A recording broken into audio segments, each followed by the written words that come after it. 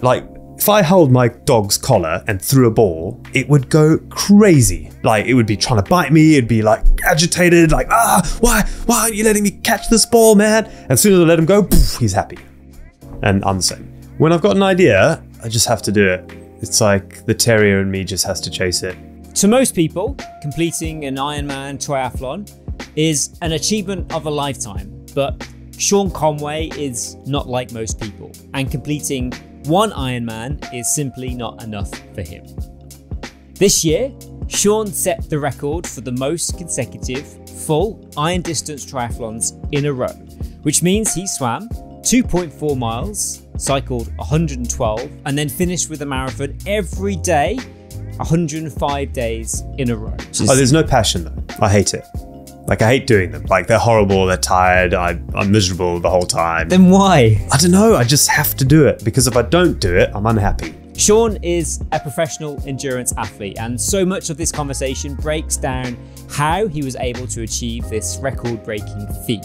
Well, there's two types of pain, right? There's pain that'll lead to long-term injury. Then the other pain is just like fatigue pain. That stuff doesn't really bother me. And it's only with experience over the last 15 years or whatever that I've sort of managed to know the difference. In this conversation, we break down Sean's 11 pillars of endurance. We talk about how he overcame the failure of his first attempt a year before. We discuss the state of sponsorship for athletes, what Sean would do differently if he did this again, how he plans to keep challenging himself on shorter stuff going forwards, and why we should all buy his postcard. Buy my postcard, send it to me, and I'll send you a copy of one of my books. In my drawer here, I have only two that have ever been sent to me. Wow, okay. That's all coming up on episode 11 of Great British Adventures. I have to start by asking, how is your body? How is your heart? And how is your mind? Mind is good. Mine's very good. Mine's always good, to be fair. That's probably my superpower. My heart was good. I got that checked. So we're happy days there. Body still failing me a little bit. Yeah. Just like, I'm motivated to do stuff. And I did a double iron this last weekend, a continuous. But I was slow. Just had no power. Yeah. So I don't know. Take another few months, I guess, for that to come back. Whereabouts are you feeling this? Legs, mainly. Just legs, don't have anything. Or arms either. So on the swim, I had nothing in the arms. So there's just muscles that just need more recovery time, I guess. And it's weird, I've never really felt it before because I've always really gone full recovery mode on everything else I've done, like 6 months. Whereas this one, I don't know, I feel like I've got good base fitness. I want to keep it. I did 90 hours a week of zone 1 training. I'll never do that again. So I want to somehow keep it. But obviously that's stupid. I just need to recover. So yeah, I've never felt it before. And I've always said, when people say, trying to run, for example, like 200 milers within a few months of each other is hard. And I'm like, really? Surely you could do that. But now I know what they're feeling like. Because it's just those top end percentages, right? It's that extra 10% which I'm just not feeling. So the power's down, the pace is down, just feeling a bit weak. But yeah, it'll come. I just need to be patient. It's what I find very remarkable about this is we're nearly 8 weeks out from you completing 105 iron distance triathlons in a row. Yeah. And if anyone could achieve that challenge, they would probably think the next 8 weeks, I'm not going to do anything. But you haven't. Yeah. You mentioned you did the double Ironman just this weekend gone in Wales. A couple of weeks before that, you ran 105 kilometers. Yeah. And it had an average heart rate of 105 as well. I think 105 might be my new lucky number. Why are you putting yourself through this so soon after? When I've got an idea, I just have to do it. It's like the terrier in me just has to chase it. If you throw a ball for a terrier, it'll chase it. It doesn't question it, just chases it. And I'm sort of the same. Like I don't know, I was in London for a meeting, and then there was Carfest that I was going to do some talks. And I looked at the distance, and I thought it was actually only going to be about 90k. Or 80, even 85 actually. Yeah, I thought it was 85k. I thought, I can do 85k. because if I just, I've got all day, I'll just go slowly, I'll walk bits. And if I feel like I'm getting injured, then I'll, it was following quite a popular train route as well. So I thought, right, well, I'll just take the train. So I started running. I was keeping a good pace and, things just were fine. Like it hurt, of course, and I was slow. It took me, nearly 16 hours in total to do the 105K. But, once I'd got to like 70K, I thought, well, I'm pretty much there really. So what's another 35K? It's nothing really. So yeah, just ran the whole way. It's a remarkable distance to achieve on its own. When you were in the pain cave on that particular journey, was your mind just going back to a few weeks before when you were completing your triathlons? So weirdly, that 105 was easier than every day on my Ironman. Your 105K run was, I felt way easier. Well, I felt way better on that than I did on every single day of the 105 full irons. Yeah.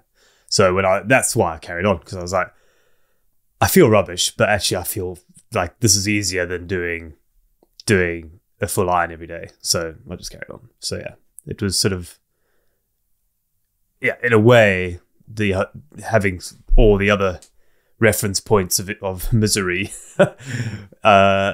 just allowed me to carry on, because I've been way more miserable in the past.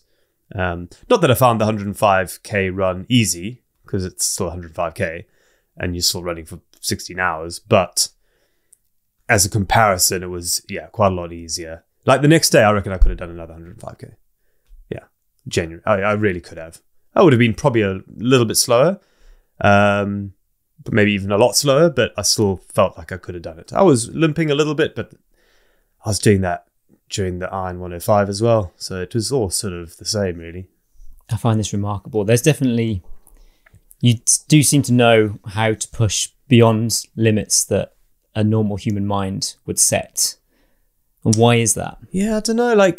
There's two types of pain, right? There's pain that'll lead to long-term injury, or pain that is an actual injury. And those are difficult, because if you got to weigh up what's at stake by carrying on.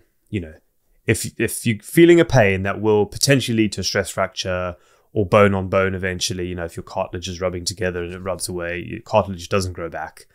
You've got to work out and you've got to think, right, is this worth it? So when I ran the 105K, if I'd felt any of those types of pain, then 100% I would have jumped on the train. Like I don't need it. I don't need to prove myself on that little run down to Carfest. Whereas on Iron 105, depends on what day I was on, day 10, day 15, if I'd picked up a big injury that was potentially lifelong, maybe I would have let that recover and then just had another crack at it. If it was day 85, then I probably would have sucked it up.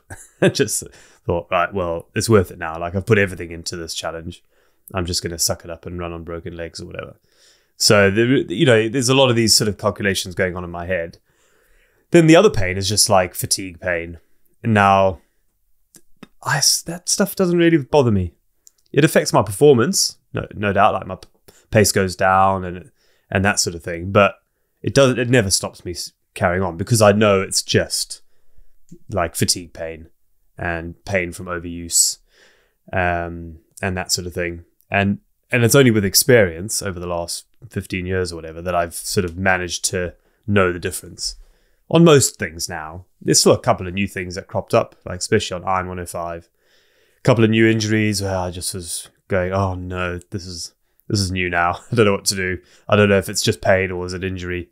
So then I'm on the phone to my physio. He was coming to see me, and we worked really hard and nipping it in the bud super early, which is again another thing I'm really good at, is just micromanaging every single little thing that's happening to me and trying to nail it early before it gets too bad. Okay, you talked about your previous experience across 15 years. Your adventurous life started roughly 15 years ago with a bike journey across the UK. You cycled the length of Britain. It wasn't to the same pain extent, perhaps, as what you've just achieved with 105 triathlons. But what made you, in that initial instance, begin that one journey that has now started a series of adventures that have lasted 15 years? I'd always take a month off around January, February, March, April, when it was quiet. I used to be a photographer, and that was quiet season up until about April. So I always took a full month off and did various things. I went traveling around India, Nepal, and Tibet one year, and used to go home to South Africa quite a lot to see my family. And then one year I was like, right, well, I've got a month off. What should I do? And I was looking at places abroad, and it was just like I just didn't have the cash that year or whatever, and thought, oh, well, let me just stay in Britain. And then I thought, well, what can I do with my time? I don't want to just wander around. And then I'd discovered this thing called Land's End John O'Groats, which I'd never heard of before. And it's the two furthest points you can travel in a straight line from each other in the UK. So it's not the most northerly or most southerly, but they're the two furthest points apart. And it's a famous route. People have been doing it for hundreds of years. And I was sort of captivated by that. And initially I thought of walking it. And then I sort of looked at the distances, and it was, 900 miles. I thought, well, that's 30 miles a day. I'm never gonna be able to do that. So why don't I cycle it? Didn't have a bike, but once I sort of got captivated by this idea of doing this thing called Land's End John O'Groats, and I'd chosen a bicycle to do it, then it was like, right, eBay, find a bike, find some panniers, get some kit, do a little bit of training. Because again, I was only doing 30 to 50 miles a day because it took 25 days to do it. I sort of just took my time. And that was it. I remember getting home from that trip going, man, this is revolutionary. It's changed my life. I'm going to cycle every day for the rest of my life.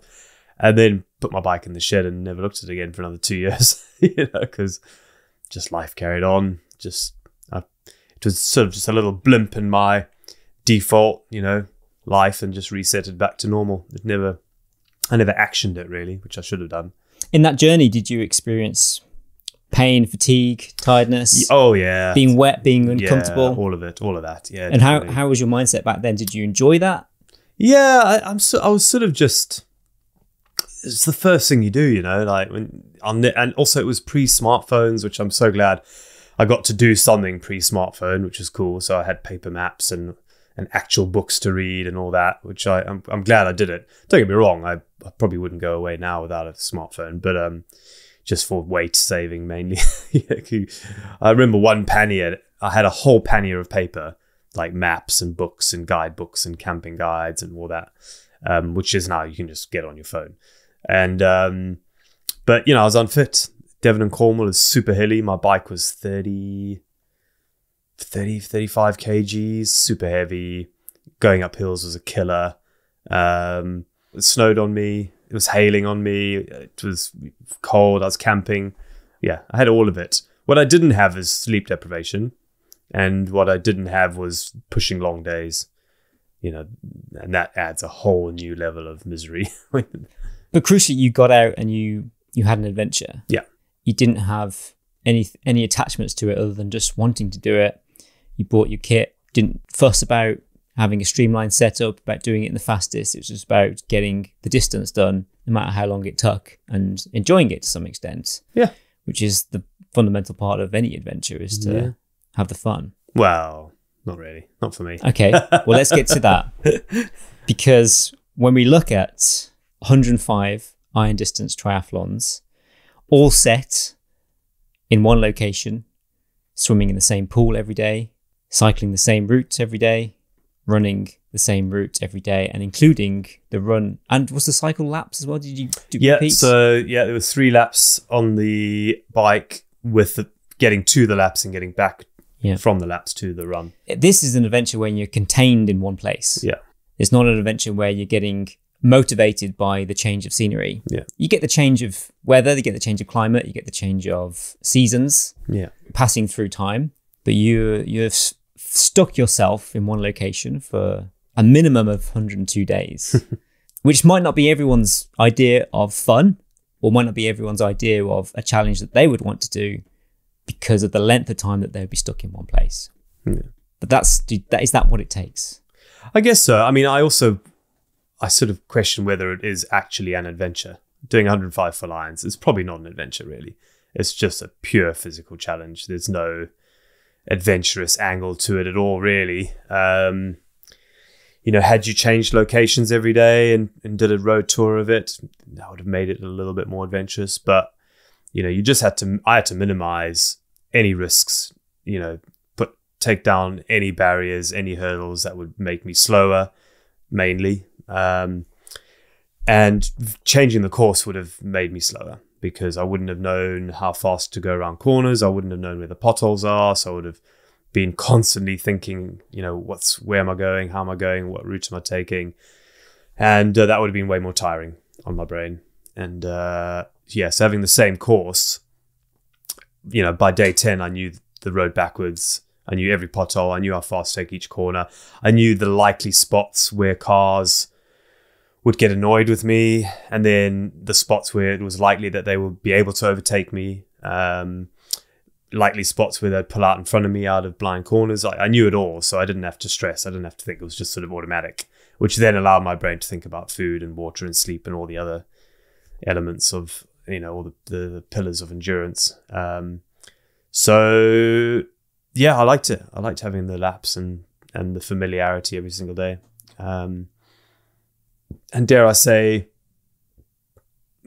could you do it on a different course every day? You maybe could if you were really fast and you had the time to travel between, but you'd have to have a lot of different swim spots quite close to each other. And I think now that the record is set so high at 105, if anyone wants to break the record, they need to minimize the complexities of the challenge, which is why it should be done in one location. Yeah. And the more you can fine tune that location, the more efficient you could be. You had some inefficiencies, which I think you mentioned the last time I spoke with you. You had a half an hour drive at the end of your day. Yeah. Too many junctions on the bike course as well. Mm-hmm. I had 75 potential stop to zero junctions. I think I had 89 sort of junctions and sharp turns where, you're still going down to 5 miles an hour, but a lot of those you never stopped because you were turning from a road into another road, for example. So yeah, there's still things that could be done better, but not in this area. That was the best bike course I could find by a long way around here. I did sort of and ah about doing this in Norfolk or Lincolnshire, but there's no hedges, and on the windy days you would just get ruined.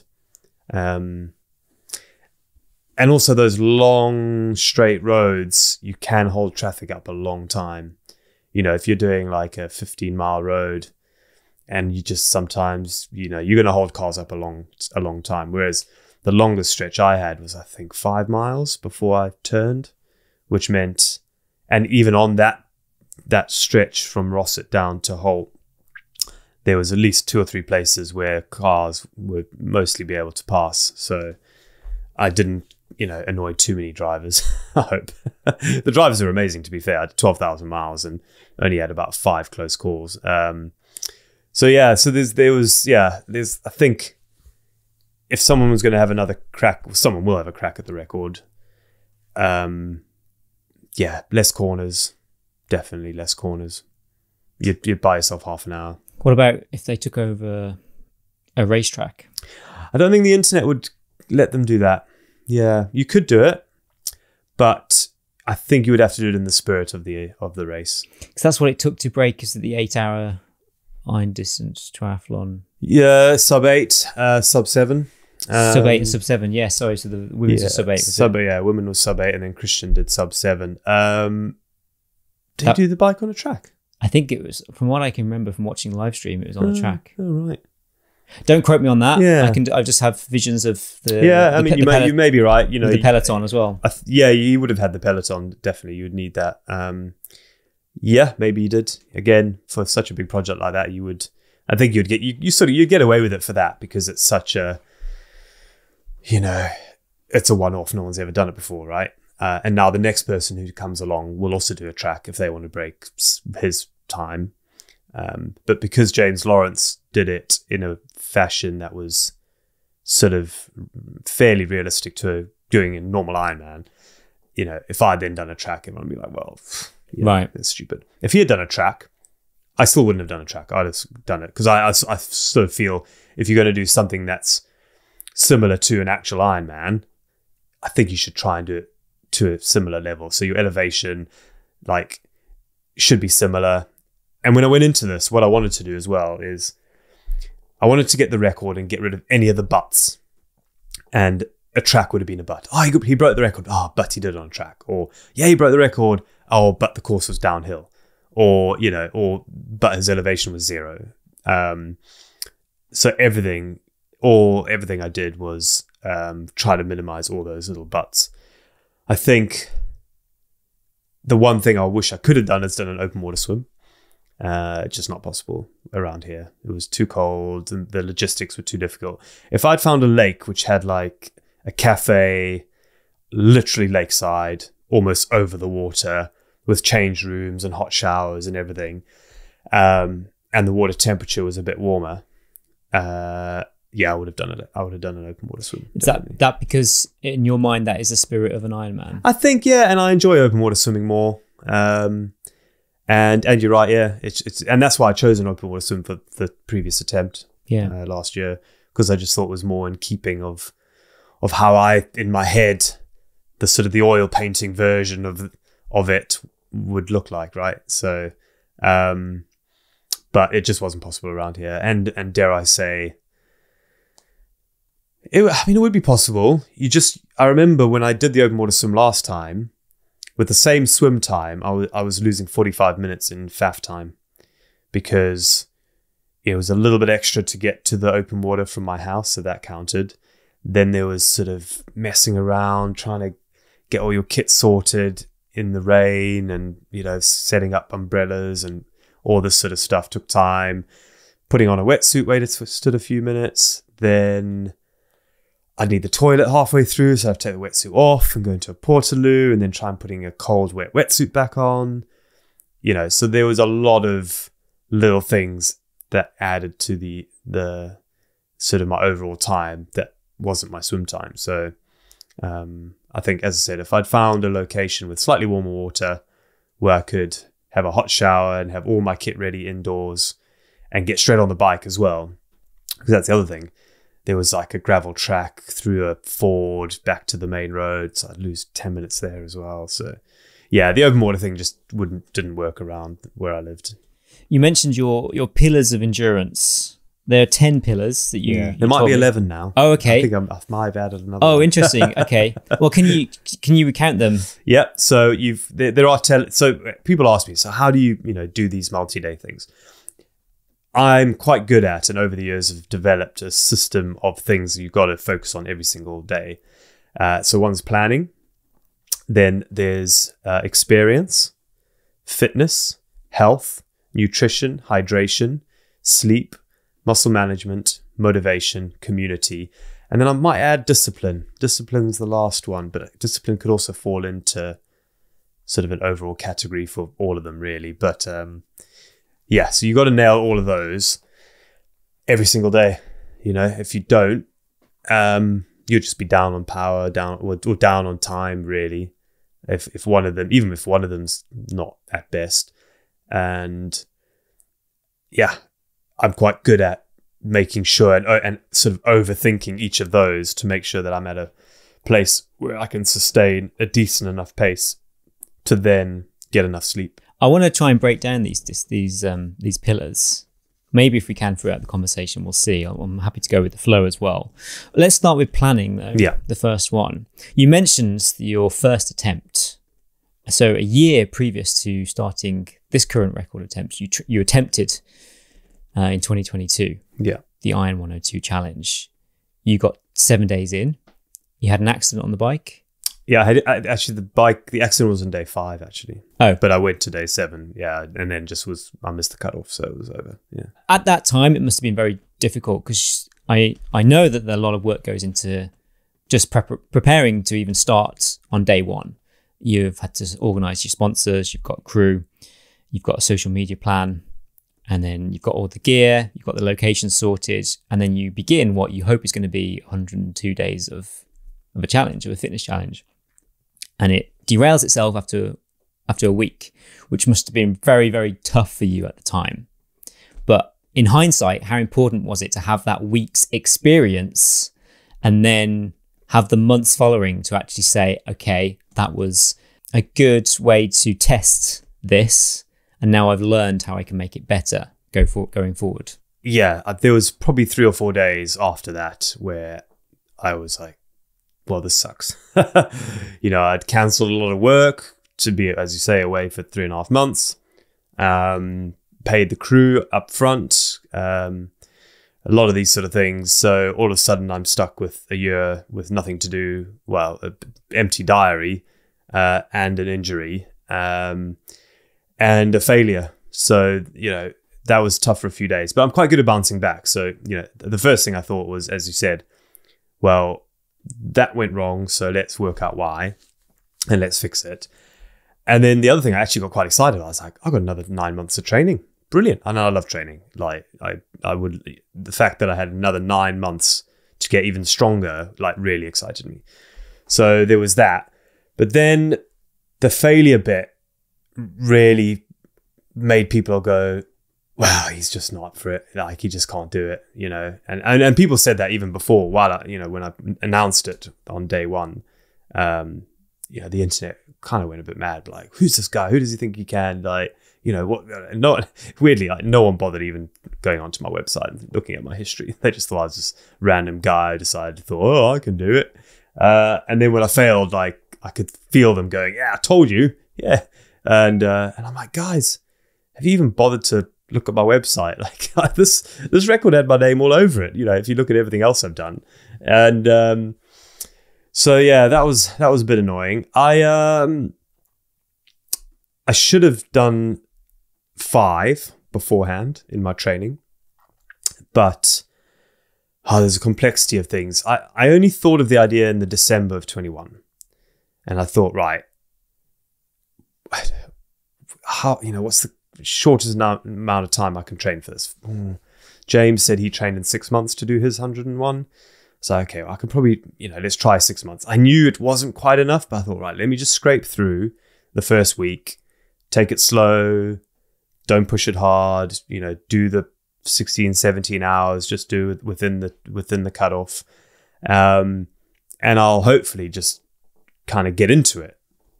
And then, looking for sponsors. I eventually got sponsors only about a month before the start in July. I still didn't have a bike a couple of weeks before the start. I didn't have a wetsuit a couple of weeks before the start. I didn't have shoes a couple of weeks before the start because of COVID supply chain issues. So my bike sponsor they were one of the first people to get on board. They were like, yeah, brilliant. We'll sort you out. And I needed 3 bikes in case one broke. And then I needed to rotate one as well. They could only get me 1. And they only gave it to me a week before the start. And I said, I'm sorry, we just don't have any more. There's supply. We don't have any. And I was like, how? You're the biggest bike manufacturer in the world. How can you not get me a bike? So that was frustrating.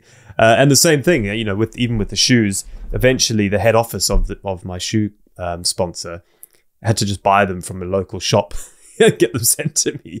Because again, just COVID ruined all their supply chain. All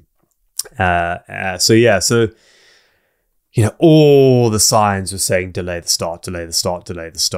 And I sort of knew I should have delayed it till April this year anyway, which would have given me 14 months of training or 15 months of training, which is more realistic, I think. I think 6 months is not nearly enough to train for doing 105. Yeah, you might be able to wing it, but you're going to have a tough time. I had a tough time on that first week. And yeah, I did come off the bike, right? So there's also that. So I fell off the bike when I was trying to get food out of my back pocket, hit a pothole, veered left into a bush, went over the handlebars, hood's bent in, and my left leg stayed clipped into the pedal. And that just tweaked the tendon from my shin to the top of my foot. And 3 days. So that was on day 5. By day 6, it was a little worse. By day 7, I'd missed the cutoff. And that was it. So it was game over. So there's also that. But yeah, if you look at James Lawrence's 101, he said he did 6 months training and he got a stress fracture on day 3. So I think there's a lot of signs that say 6 months training is not enough. So I was just copying James. He's like, well, if he can do it in 6 months, I can do it in 6 months. But the other things that went wrong with my route planning and things like that from the last time, and I'd already changed those by day 7 on my last attempt. So I'd already moved to a pool, and I'd already changed my run route and my bike course. They were all then flat again. So I was sort of being proactive with my decision making and not just settling. And when things going wrong, I'm hustling. I'm like, right, why is it going wrong? Okay, my run is terrible. The route I chose was terrible. The bike course was okay, but I needed something a bit flatter, and I changed it. I adapted. So, and I think my bike time on the day 7 was one of my fastest bike times. So I was getting better anyway, but the injury was just too much. So, but yeah, in hindsight, I should have just given it a year, and I should have done 5 in the prep, but I couldn't have. I just didn't have the time, or the kids didn't have a bike till the week before. So yeah, it's a lot of excuses I've just given, haven't I? But it's more, I know what I did wrong now. Yeah. So sometimes you never know until you hit the start line, and with an endurance event that's going to last months, you have the benefit of winging it initially, and then over time things can come on board and hopefully momentum can build and things can slot together, which I guess was probably your hope at the time. Sort of, yeah. There was, and I kicked myself a little bit really, because I knew that you can't really get into fitness for the 105 without being at a pretty good fitness to start with. Now, because everything, like when I cycled around the world, I hit the start line super strong, because I knew I'd fatigue. So, and if once you're on the back of the wave, you just never recover. You got to be on the front of the wave so that you're fast enough to get enough sleep each night to go fast again tomorrow. If you go too slow, you don't get enough sleep, you're going slow again tomorrow.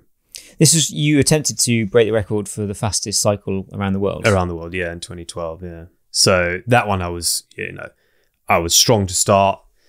And I knew that doing the Iron 105, I should probably have been the same. But again, I was just impatient. The thought of, from December 21, waiting till April 23, I was too far away for me. The terrier in me was like, well, I can't wait that long. We're going. Come on, boy. But it was a bad move. This is an interesting point to make, because you're obviously an adventurous person. In looking in your track record of what you've been able to do, you were the first person to swim a length of Britain. You've also cycled it, as we mentioned, and you ran it, and you're the only person, I think, to date still to do a triathlon of the length of Britain, the Land's End to John O'Groats. Yeah, until Ross Edgley or Jasmine Harrison decide to cycle and run it. Yeah. Or Fiona Quinn, if she decides to swim it, because she's walked it and cycled it. Then yeah. So there's 3 people in the running. Come on, you 3. Come on, join my club, please. You've done something which I've also done. You cycled London to Paris in 24 hours, which is a nice little thing you can just do with a mate or two, or a bunch of mates. I've done that twice, actually. It's a good ride, yeah. Yeah, it's fun. Things like that don't involve too much planning. You can just kind of pack your bags, go get a train booked on the way back or whatever, or cycle back. How frustrating can it be with the time and energy it takes to plan such a big event? And now we've defined that maybe your 105 iron distance triathlons wasn't necessarily an adventure, it's more of a fitness challenge, but still it required so many months of preparation and also training. Does that frustrate you, and sometimes you just want to go and do something, or is there this discipline of having to have that balance of knowing that that's what you need in order to be prepared on the start line? Yeah, no, I love the long stuff. Yeah, I love all aspects of it. So once I've got a big challenge in mind, I very rarely do any little short things like the London to Paris in the middle of that, because I'm so focused on trying to unless that would enhance my performance, So yeah, if let's say I have a big run planned, I wouldn't plan any other little runs unless they were part of my training. But even the day-to-day office admin, being on your laptop for several hours of the day, making phone calls, things not necessarily going in the right direction for a few weeks. Is that the frustrating part of it? Yeah, I mean, it can be, yeah, especially in the world of sponsorship, because a lot of sponsorship money now has been given to influencers over athletes, and that's disappointing, if I'm honest. I think brands should be supporting athletes over people just with big followers. But I get it. Like, they need to sell products, and someone who's got 1 million followers who leads maybe an interesting life. Don't get me wrong.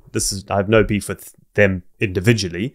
I've got beef with brands choosing to support non-athletes who could, rise up the rungs. And don't forget about me. Like, I'm not an example, but there's a lot of young athletes in niche sports who are just not getting sponsorship deals because some of the brands are giving the money to, like, sort of influencers who look pretty and have big followers or whatever. I know I'm stereotyping a little bit here, but it is true. It is true. Unless an athlete now is really good at social media, they're probably not, and they're in a niche sport, it's going to be very difficult for them to get sponsorship deals, which kind of sucks, because I think if you're a running brand, please support some young athletes who have promise, rather than, someone with loads of followers. Because, so that was frustrating a lot of the time, going for funding for such a big project where the risk of failure was so huge. And brands just going, well, actually, no, it's too expensive and you don't have enough followers, basically, which is, well, I got a lot of. That's a shame. Do you think brands are looking at quantity, not necessarily quality? No, because the influencers do a good job.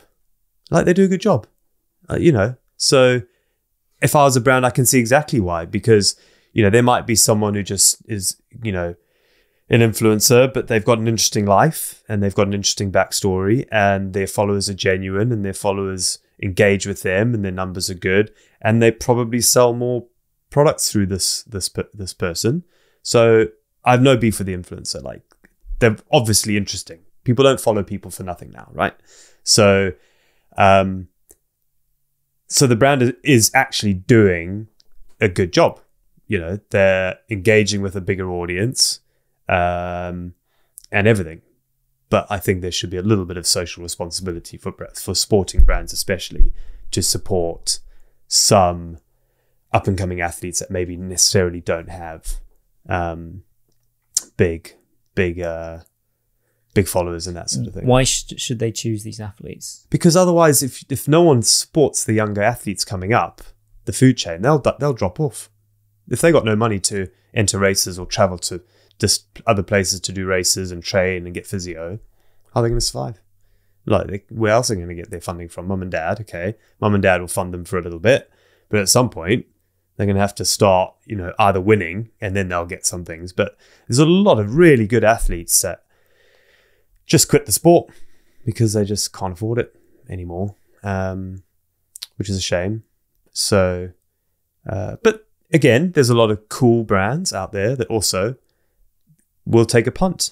All the brands that supported me on Iron 105, that was a risky investment, that was, considering I failed the first time as well.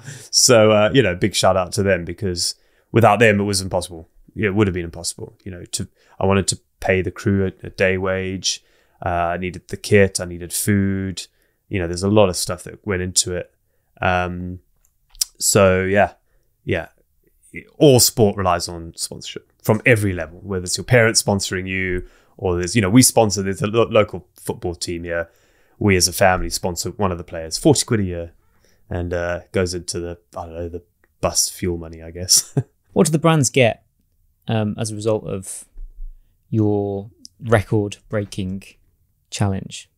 So I work with them on various different things, depending what they want. Sometimes it's product development for the shoes, for example. Sometimes it's days of my time. So I'll go and do talks with them and to their staff and try and engage, or if they're doing an event. So Oro Bikes, I'm down with them in a couple of weeks doing an open day, and everyone's invited. It's a free session where I'm going to do a bit of a talk about Iron 105, and then everyone coming to that gets to look around the Oro showroom, which is pretty cool. And a bit of social media stories and things like that. Doing some interviews with them, which they'll put out on their channels. And then they also just get to shout about it. Once I've broken the record, they can go, man, you know, because of us, Sean got this world record, and that's hopefully good for them, and it'll inspire, you know, people to use their products, I guess, or use their services. And, you know, like the bike shop that supported me, James at Spokes, you know, hopefully, I'm hoping people are buying bikes from him now because he was generous enough to support Iron 105. He needs to put food on the table, so, you know, can people buy bikes from him, please? type thing. So, yeah, it's sort of along those lines. What I don't do is the influencer model where you give me money and product and I will do an ad on social media. So I try and steer clear of those one-off type things. Yeah, in the past I've had to do it when I'm skint. You know, still got to put food on the table. So, but now I guess I'm lucky enough to not have to do those one-off gigs. I'd rather work with a brand over 2 or 3 years and make a proper relationship and do some cool stuff, and then I know that we're all on the same page and it's not just a one-off thing. So when you pitch to a brand for a campaign like your 105 iron distance triathlons, are you under a contract with them for X amount of time, which involve X number of days of working with them? Yeah, exactly that. So there'll be a contract period, usually for this case until the end of, I think it was a couple of months after Iron 105, or as long as once you've done your obligations within the contract.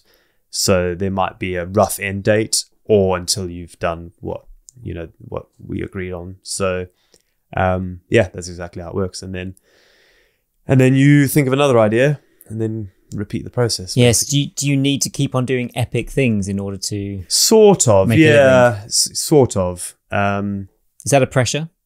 No, because I love doing them anyway. The pressure is what Tolda has on the family, because I've got young kids, and Caroline's self-employed as well, so I can't just be swanning off the whole time. But, you know, like any sports man or woman, you've got to keep doing what you're doing, because, you know, no one's sponsoring an Olympian to not try and get into the Olympics, right? Unless there's something else interesting that they do that brands might find worthwhile being a part of. But yeah, I have tons of ideas. You know, like I did this double brutal. I'm doing 100k in the Lake District. I've signed up for the tunnel, which is that 200 miler in the tunnel in Bath, Bristol. I've heard about this. Yeah. Why in God's name? Oh, I love it. In fact, I nearly pulled out when I found out that they leave the lights on in the day. I thought it was pitch dark for 60 hours. I was like, what? Explain the tunnel to me and to those who don't know. From what I understand, you just run in a tunnel. Yeah, you don't even see it's a 1 mile world. It's a 1 mile tunnel. So in Bristol, you say? Yeah, between Bristol and Bath on the old railway track. I've cycled through it. I think it's a mile, could be a kilometre. I don't know. But you go back and forth, back and forth. Now, the end of the tunnel's open, and I believe the tunnel's too narrow to have aid stations in the tunnel, so you would go outside a little bit just to the aid station, but you've got to do X amount of laps within the tunnel to do the 200 miles. And I don't know what the cutoff is, but I've met someone who's done it, and he did in 55 hours, I think.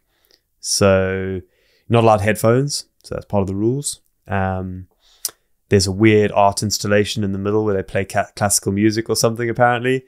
But yeah, the lights are on in the day. I was gutted when I found that out. I was like, oh, I wanted total darkness. I thought total darkness would have been amazing. Or just head torch. So you got to have a head torch in the evening. You don't need a head torch in the day because the lights are on.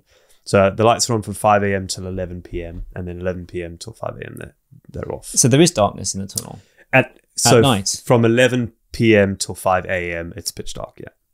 Yeah, but I thought it was pitch dark all the time. Like that would because it would be, right, without the lights. Oh, absolutely. Yeah, it's a mile long. Bar, yeah. You'd have a little bit at the big entrance and the other end where you'd see something. So why turn the lights on if they have a dark? Well, it's a commuter. It's a commuter. Oh, it's a public It's a public tunnel. Yeah, so it's actually on a bike path. So I believe you run down the right and they cone it off a little bit. Maybe not. I'm not sure. But yeah, there's bicycles and pedestrians up and down the tunnel. When are you doing that? Well, I'm on the short list. It's in March, and I've put my name down. So if there's any cancellations, I'll do it. I've signed up for the Across Scotland run, 215 mile full as continuous, so not staged. There's the brutal 300-mile run race as well, which would have been this weekend. So I did my double, and on the same weekend they did a 100-miler, a 200-miler, and a 300-miler. No one from the 100, no one from the 200 or the 300 even made 100. They pulled out, so no one did that. So there's a lot of running in my things at the moment. I've not thought of a swim. Is this all in a quest just to keep your fitness and to just satisfy my brain, just keep my mental health alive by running 200 miles in a tunnel? Yeah, absolutely. Yeah. Oh, it's way easier to do that than not do it. 100% easier to do it than not do it. Than to not do it? Yeah. What do you mean not do it? Yeah. Like for me to look at that and choose not to do it is harder. Like for me, for instance, I could choose not to do it. Yeah. No, it would be worse for me to choose not to do it. 100%. Is that because it's there? And I want to do it. Yeah. But you want to do it because it's there? Yeah, and someone more creative than me thought of it. If I thought of it by myself, I would have done it. But someone else thought of it before me, and now I want to do it. I'll go back to the terrier thing. Like if I held my dog's collar and threw a ball, it would go crazy. It would go crazy. Like it would be trying to bite me. It'd be like agitated, like, why aren't you letting me catch this ball, man? And as soon as I let him go, poof, he's happy. And I'm the same. Like now, once the tunnel came into my realm, that was someone throwing the ball. Yeah. It's easier for me now to do it than not to do it. I see these things, yeah. Yeah. And I think likewise in my life, there's certain things that, and probably everyone's life, that they see and it develops this passion for, and then if it becomes this burning desire, then you have to act on it. Yeah. There's no passion though. I hate it.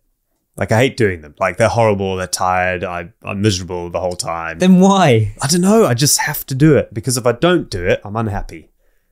And when I'm doing it, I'm unhappy as well. Do you feel the sense of pleasure from accomplishing it? Is it the sense Absolutely, of achievement? yeah, exactly that. We're in my office here and there's my brag wall over here and I love it.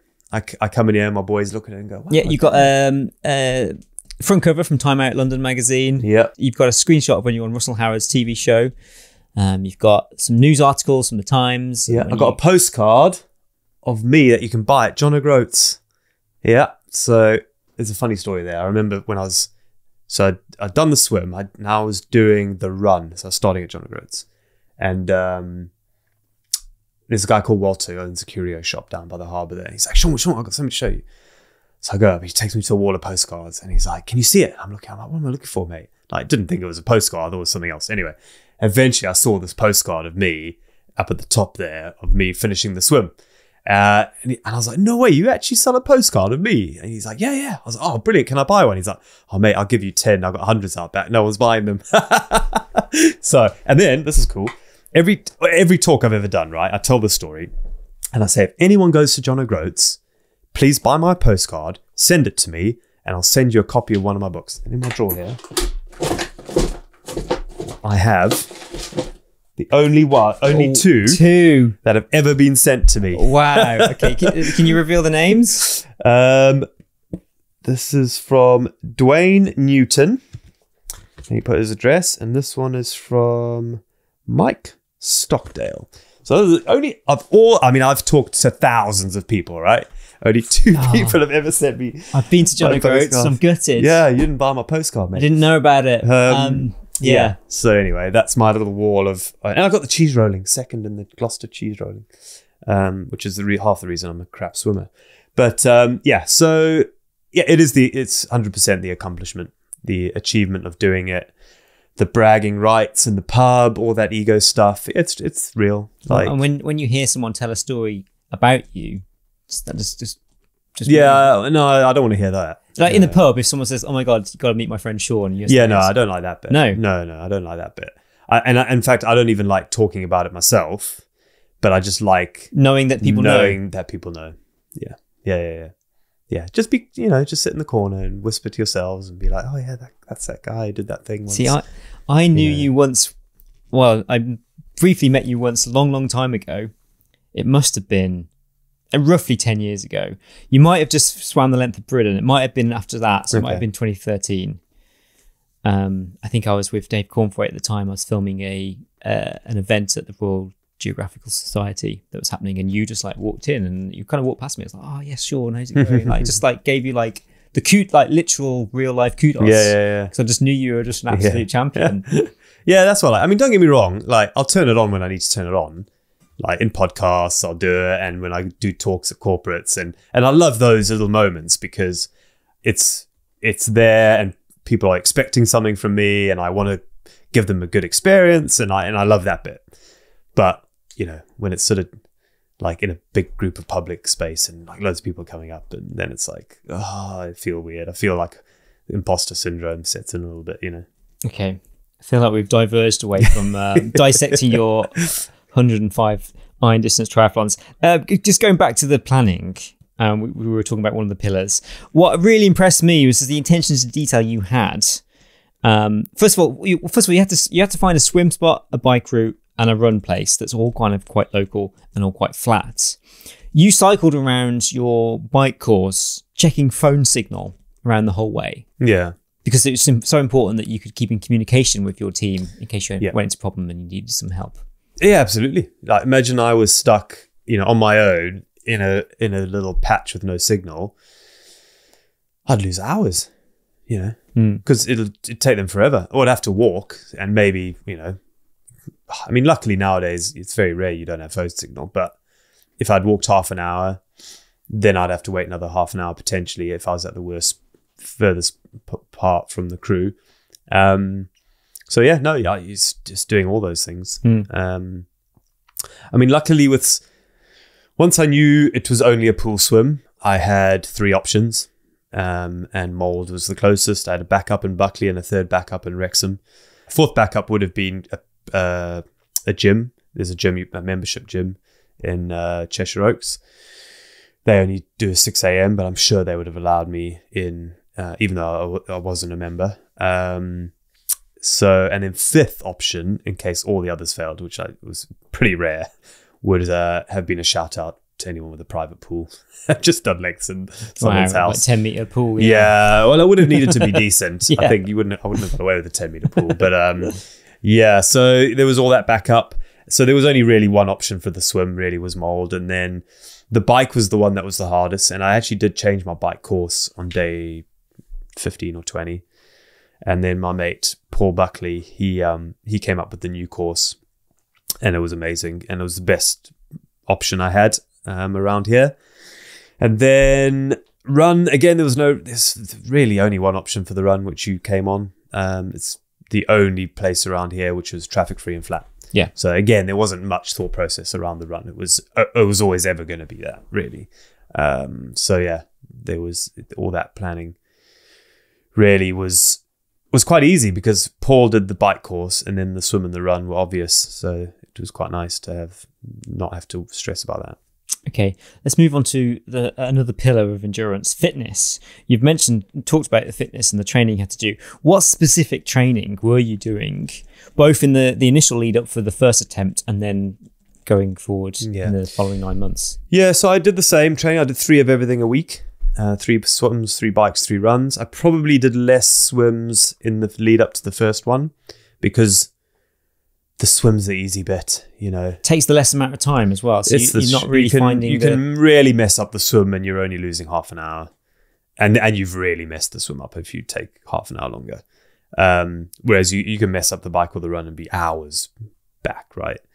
And I knew I'd get into the swim. Just from my experience swimming the length of Britain, it came because once you've done the swim, you've which let's say on a really bad day is an hour 45, let's say, which is terrible, but let's say it was that. You've got 22 hours recovery on your shoulders, really. Yeah, there's a bit of shoulders on the bike, but if you're in aero on the hoods on your elbows is nothing really. So your swim was always going to get better just because of the recovery time you had. And then, yeah, bike and run, just volume, 3 sessions a week. And I did that before for the lead up to the first attempt and then for the second attempt. Is this all low intensity volume? No, mixture. Yeah, no, mixture power. I needed to get quicker. So that was my downfall as well on the first attempt, as I could have done with so I had the endurance, I just didn't have the speed. And for this one, because there's no averaging, you really need to be fast enough to get enough sleep. So you need to get, people say, oh, is it physical or mental? It's both. You have to be bang on both, because if you're taking 17 hours to do a full distance, you're not getting enough sleep. You're just not really. So then the next day you're not recovered, and then you're slow again, and it's a downhill spiral. What I should have done is I should have done a week-long bike ride. So morning till night, bike packing, 1,000 miles maybe, straight into a week-long run, maybe 30 miles a day, 200 miles. That would have really given me a good indicator if I'd had any weaknesses in knees or ankles or hips or whatever. I should have also done 5 in a row about 6 weeks out, because that again would have highlighted any issues. Because in the first week, I picked up a couple of knee issues and a right shin issue as well. So, I would have picked that up and been able to work on that strength, or seen a physio to deal with that, or just made a plan. But I didn't do it because I thought, I definitely didn't do the week-long bike and the week-long run because I was ill in January. And then I nearly did the 5 in a row, but thought, what if I get injured? But then really, if you can't do 5 in a row, you're never going to do 105. So I should have done it anyway, and I would have picked up a couple of little niggles. So I think, what I've learned is I should have done a little bit more really big volume days, multi-day volumes, just to kind of condition the muscles even more, and the tendons and ligaments. But you still achieved it. Yeah, but just that first week was harder than it could have been, and I nearly missed the cutoff on day 2 and day 3. So yeah, I've got your times here. So day 2, you were 16 hours 55. There we go, 5 minutes short of cutoff, and that's because I messed my knee up. How was that run leg? Yeah, horrible. When you were just knowing that time was... So day 2 was just a sufferfest, because I was looking at my times on the run going, I can only do 8-minute Ks here, or 8:15s or something, or 8:30s. I was so slow. It was not much more than a walk. And then I did the maths. I'm like, I'm going to miss this cutoff on day 2. Imagine that, So I don't know what I did, but basically I just tried, and the weather was terrible as well. I don't know what I did, but I kept a pace that I knew would get me in just before cutoff. And I did. And then day 3, same sort of thing. I was super slow. And then Simon, my physio, came and he taped my knees and he gave me some patella straps. And that really helped things. So day 3, I again was a little bit quicker. I think I was 16:45 or something like 16:47. Yeah, there we go. Yeah. But still very tight. Yeah. Pretty tight. That's one puncture would have ruined that for me. Right. And then the patella straps and the knee taping we nailed on day 4. And I took quite a big chunk off on day 4, I believe. Yeah, you were sub 16. Yeah, sub 16. I was 45 minutes quicker on day 4. And that was mainly the patella straps. Because once I wasn't getting the knees rubbing, I was fine. And then the ankle thing came, the shin thing. But again, taping fixed that. Had I done a bit more volume up front, I would have picked up those weaknesses and dealt with them, and probably not got them, really. Because now, I did a double iron this weekend. I had 0 knee issues. And I've done no training, So I had a saddle height issue on the bike, which caused the knee issue. So that was that. How did you diagnose that? Were you just trying different things and worked that? No, it was my mistake. So when I ordered the new bike, so I did a bike fit on the original bike that I had. And I had 1 centimeter longer cranks. So on the new bikes, I wanted a shorter crank. So I got a shorter crank, but then when I just forgot that I had shorter cranks. You had to adjust everything So else. then my seat, when I did my seat height from middle of crank to top of saddle, with the longer crank, it's 69. With a shorter crank, it should be 68. should be 70 because the crank's shorter. So your foot's not going down as far, which means your saddle needs to come up a centimeter. But I just forgot. So I measured, I'm 69. So I did 69 because that's what I am. But actually I should have been 70. It's just little small things, but it's all about... Well, centimeters huge. Yeah. Like a millimeter's quite big. So right. a centimeter is massive.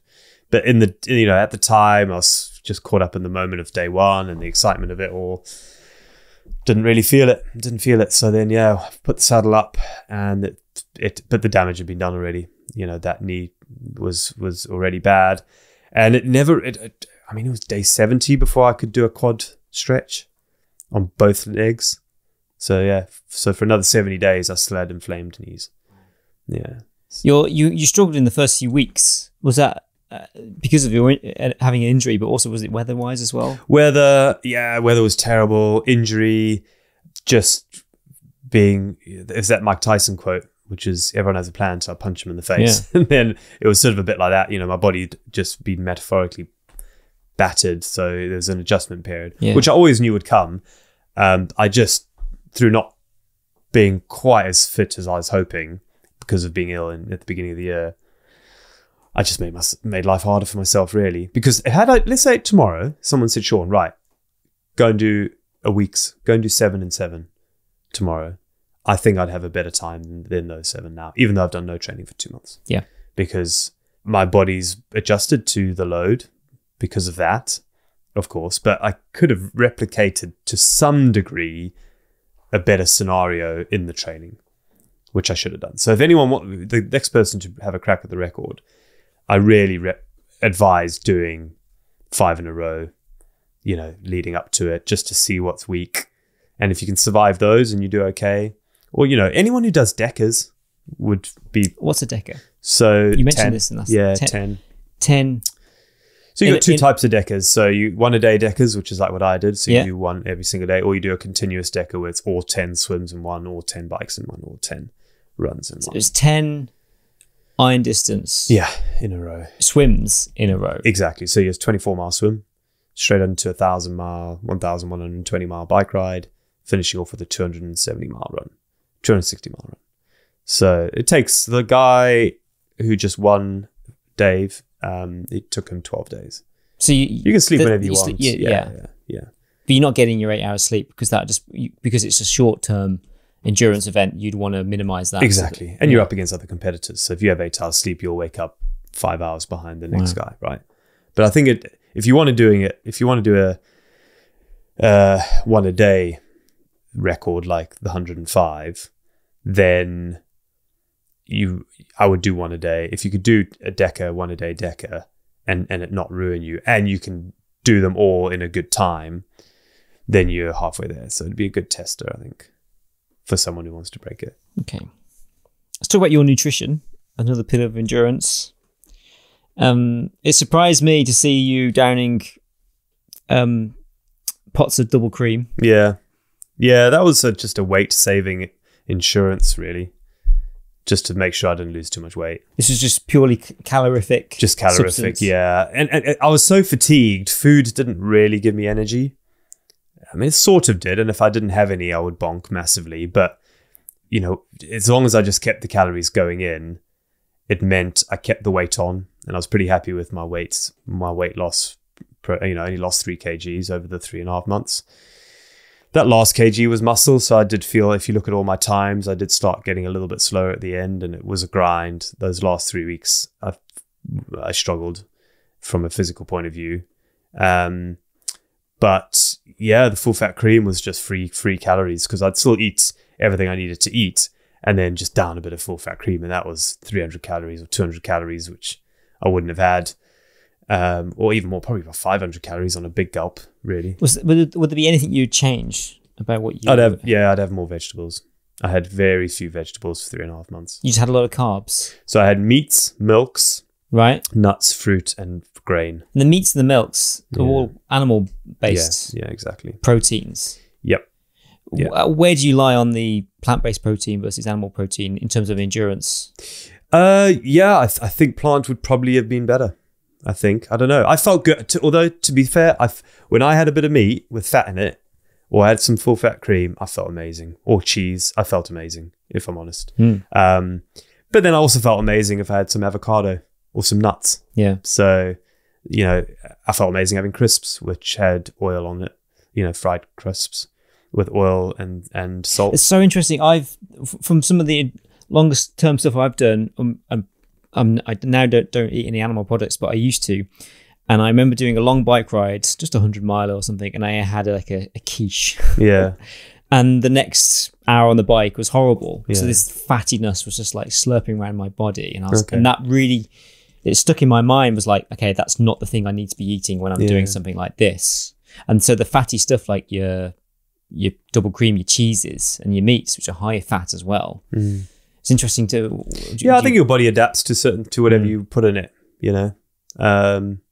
If you're used to something, it'll get good at using it as a fuel. You had a lot of smoothies as well. Could you, looking back on how you wanted to eat more vegetables, couldn't a few like green beans? Yeah, I didn't have that many smoothies, to be fair. You may have caught me on a few days where I did, but no, I should have. I had the athletic greens every morning, so I did get my macronutrients from that. But yeah, I was sort of too scared. Like once I got into a system that I thought was working, I was like, right, it's working sort of. My times are okay. Like let's not try and fix something that isn't broken. But I really wish I had a bit more. You know, I probably could have had a bit more beans, bit more healthy grains. So I was having oats, really, my main grain. I was having some couscous, some rice, but mostly wheat, I guess, in the form of pasta. And you had a nutritionist on board? Yes, yeah. But that sort of gets thrown out the window because your taste buds get ruined. So the nutritionist helped me with all the powders in my bottles mainly. So I'd have, of my 8,000 calories a day, I was probably getting 3,000 of them in the bottles while I was drinking. And then the rest of it in food or cream, you know, that. So, yeah. There's no point, you know, she was saying, oh, well, you know, what can you eat? And I was like, oh, well, I quite like sweet potato and I quite like rice cakes and I quite like potato pancakes. And then after a week, I hated all of them. So just sort of pointless writing out a proper eating plan when your taste changes the whole time. But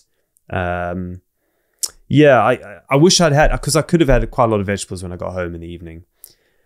But then it was hard because, you know, you look at a bowl of carbonara, right? A big bowl of carbonara is easy 1,000 calories. You know, the equivalent in something vegetable, unless you throw tons of sauce in it, is half that. So in my head, I'm just doing the calorie count in my head. And I'm like, wow.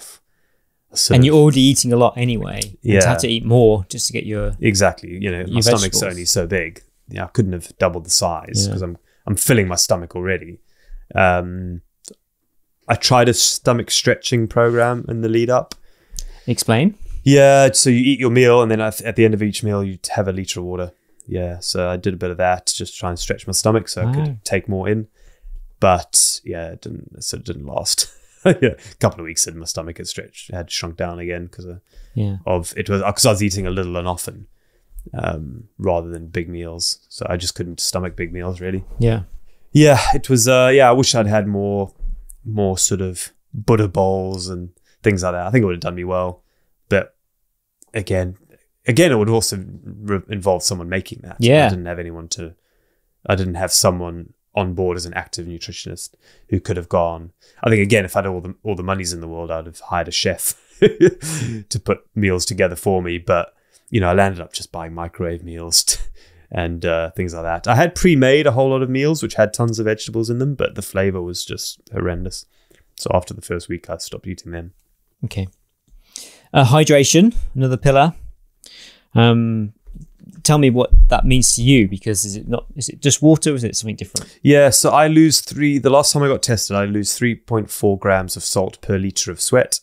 So, you know, call it 2.5 grams an hour potentially when it's hot of salt. So I have a salt deficiency. So I really need to up my salt. And so I was having water on its own with some salt would have been the best, but I sort of chose to have calories in the water as well. So didn't feel as good as I would have done had I just had water. Like sometimes I was like, I don't want calories, man, in the bottles. Like, just give me a bottle of water. And I'd have a bottle and I'd feel amazing. Like it was water and salt. Just water and with a bit of salt in, yeah. So it's often just table salt, sea salt. Any flavorings? No. No. I quite like salty water as a flavor. Yeah. I have it every morning. So every morning I have a pinch of salt in a glass of water and down that. I've tried this recently. Yeah. I've not necessarily to your extent, but I've realised in the past 3, 4, 5 years or so, I've just not had salt tablets, which I used to do quite regularly when I was doing exercise. Sometimes I find whether or not something's there because it's been promoted to us as what you need to do, but actually it's really only like the high-end athletes that might need that. And on a day-to-day basis, if you're eating enough good food, you can get some salts from that as well as drinking water. But I tried, and I think I've read in certain books where you can make your own little like electrolyte drink where you have salts, or maybe some squeeze of lemon juice, which I've tried as well, or a bit of squash or something as well as the salt.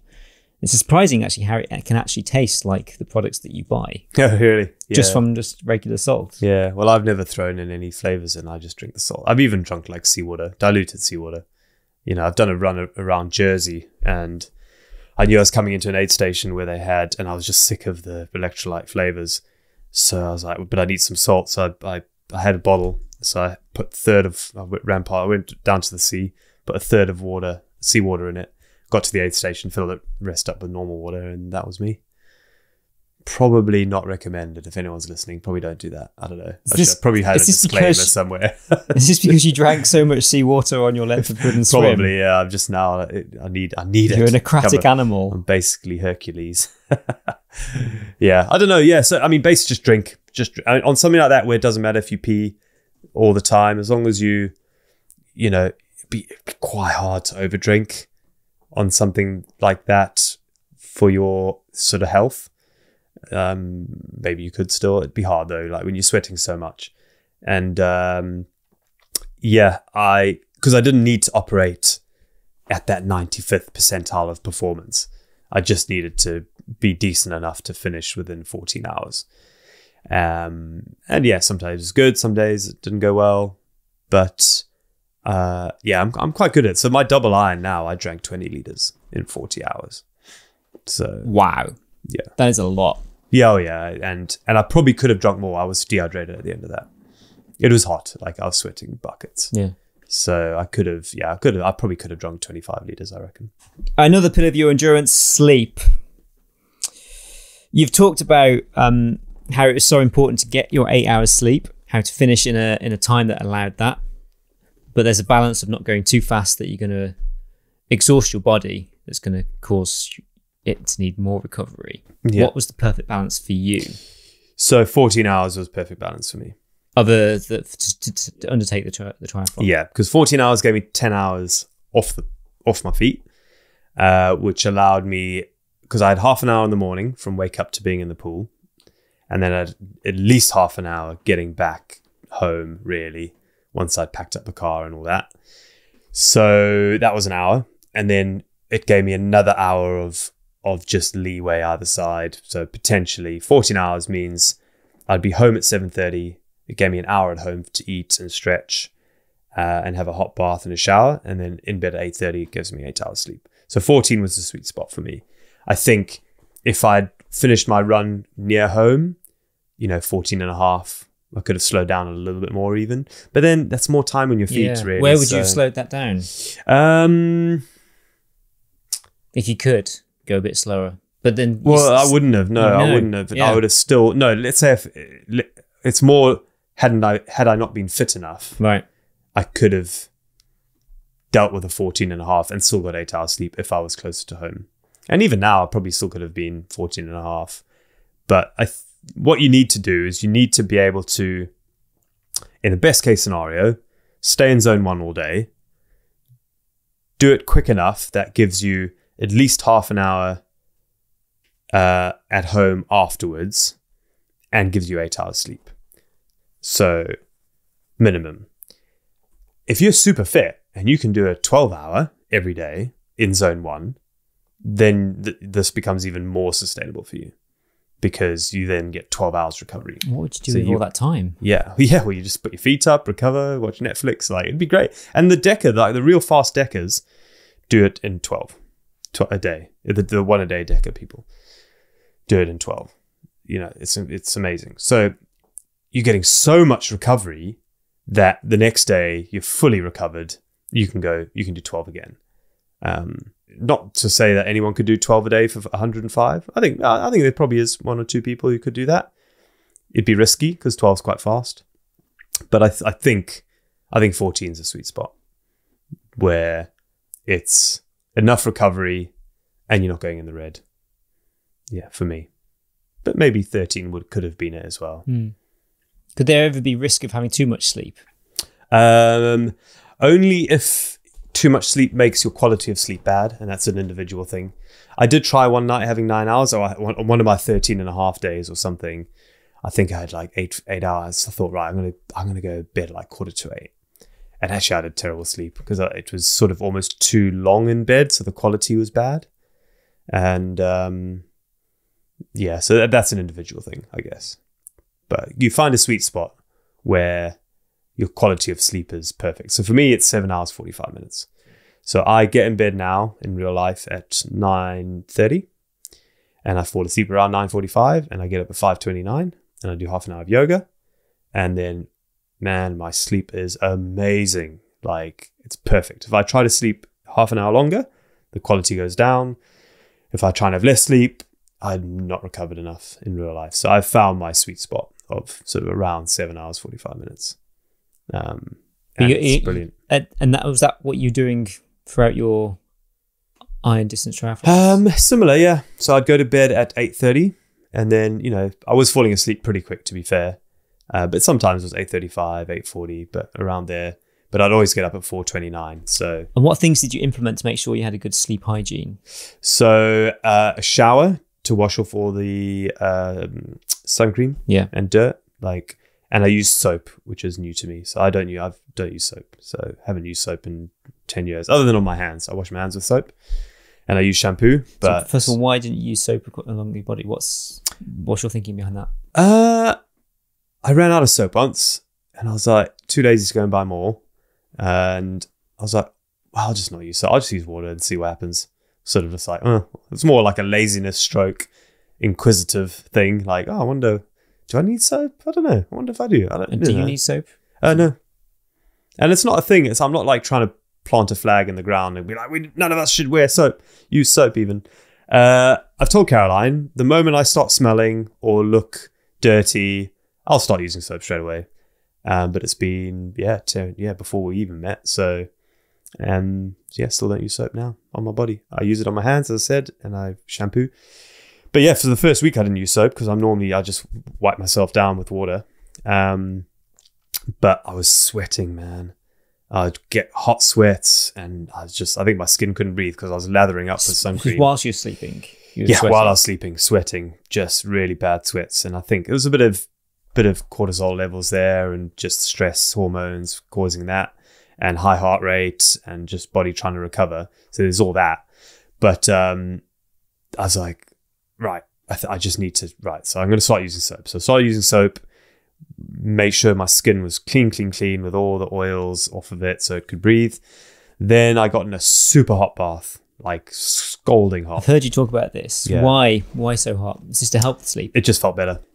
I got out of that bath and my legs felt amazing. So all the pains had gone, ankles. My ankles were the weak point overnight and in the morning. Knees, not so much, mainly ankles, feet and ankles. So that would fix them. And that means when I got into bed, they weren't in pain when I fell asleep. They'd be a little bit sore in the night, often, almost every night, but going to bed didn't hurt. So after that, I then have some food. Often it was blended just so I could drink the meal, just easier on my digestion. Then a little bit of stretching, tiny bit of stretching and rollering, like 5 minutes, because I choose sleep over that even. And then in bed as close to 8:30 as I dared do, really. You blacked out your windows. Double blackout windows, so blackout blinds plus blackout curtains, earplugs, just so I wouldn't wake up. And then, I was gone. Fell asleep pretty quickly. Was your phone in the room? Yep, phone was on the room with my alarm. So that was your wake-up alarm next day? That was my wake-up alarm. 4:29. I had Justin, who was staying with me. He would often have to come wake me up. I wouldn't hear the alarm because of the earplugs. And I slept brilliant. I fell asleep very quickly, and I wake up a few times. But I was pretty happy with my sleep regime. There must have been a few days when you didn't have a great sleep. Yeah, not that many. Like the first 3 weeks, there were tons of days. Like Okay. heart rate was super high, and as I said, I was sweating a lot with hot sweats. And that must have affected your performance the next day. Yeah, that affected my performance. And then I had this chest infection. I can't remember when it was now, but it was for about 2 weeks. I had coughing fits at night. I remember visiting you when you had a cough. Yeah. Was that was day 69 I came to see you. Yeah, so around that, it was bad. So I was sleeping upright almost. So I didn't sleep super well on those nights because I was coughing. Even Caroline was coming through and be like, do I need to call an ambulance? Because I was sleeping in the spare room so that I wouldn't get woken up by the kids and whatnot. And that was bad. So I had a few bad nights around the coughing, the few weeks of the cough. And but other than that, mostly okay. Yeah. Okay. Which it needed to be. I think I wouldn't have done pretty consistent times without good sleep, You mentioned muscle management. You had a physio. You talked about some of the foam rolling. Did you stretch much? No, nothing. I did a bit of stretching before the pool, shoulders. A bit of foam rollering and massage gun before the bike, and the same before the run. And then I'd have the roller, the hand roller, during the run. But I started using them less and less as my body sort of got used to it.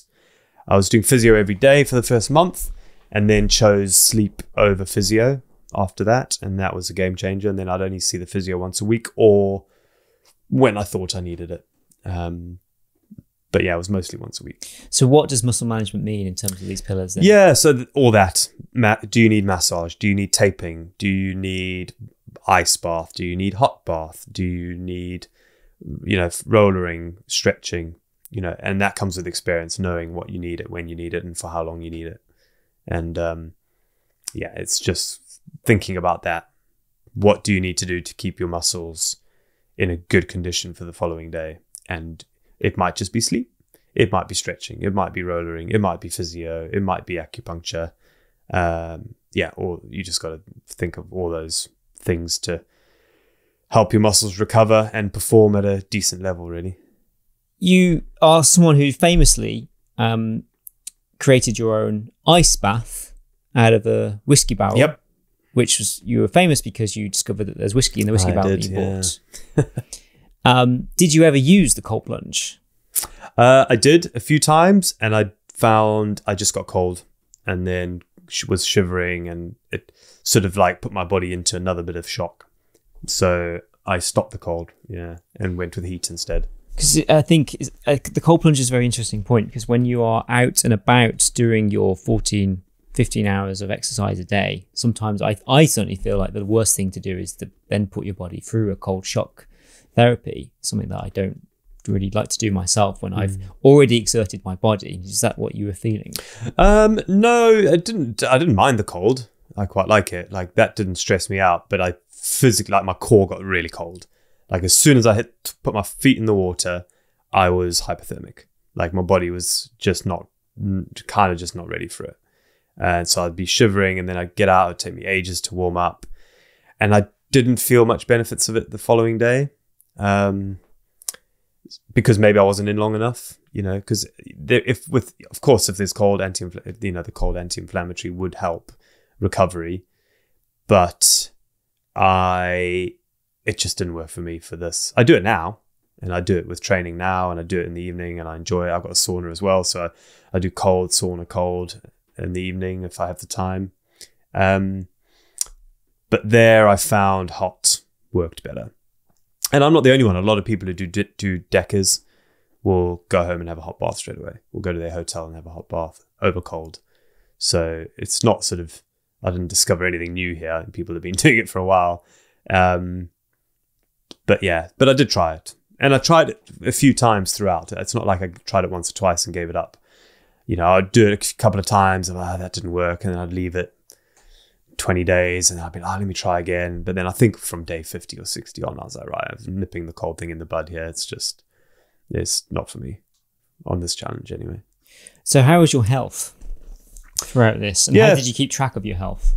Just didn't want to get ill. So no handshakes. Luckily, COVID brought back the fist pump. So that wasn't a shock to people who came and joined me, the fist pump thing. Yeah, no handshakes. Try not to get close to anyone. Trying to keep on top of it. I mean, I got this chest infection, as I said, with the cough. I don't know how I got that. I probably got it at the pool. It's a public pool. And probably got it there. Or I could have got it at the showers at the gym where I was getting changed. Not sure for the run. And but yeah, just hoping for the best. I didn't sort of get COVID or anything worse, really. Part of, I guess, of keeping your at least physical health was sleep, which we talked about, your nutrition, which you've also talked about, was having this low heart rate, low intensity workout really crucial as well, because I guess if you ever raise your heart rate, you're then pushing your body into the red, which you probably don't want to be doing if you want to keep consistent day after day. Yeah, I mean, it got to a point where 110 was my heart rate, and that's all my body kind of had in it. I could have pushed it higher, but as you said, it felt like I was pushing it higher. Even if I push it up to 120, that felt like a real effort. How did you manage that on the bike rides when you were with a group of stronger riders who were maybe on fresher legs? And yeah, it was hard. Some days I just was like, screw it, let me just go up to 120. But it got to the point that even when the other riders were super fast, I could still keep up at a low heart rate. Like my heart was really conditioned by day 30 or something. I always had the lowest heart rate. When people came and ran with me, I'd always ask, I'm interested, like, what's your heart rate? And I'd be at like 105 when most people were at like 130. So I just, got good cardio really.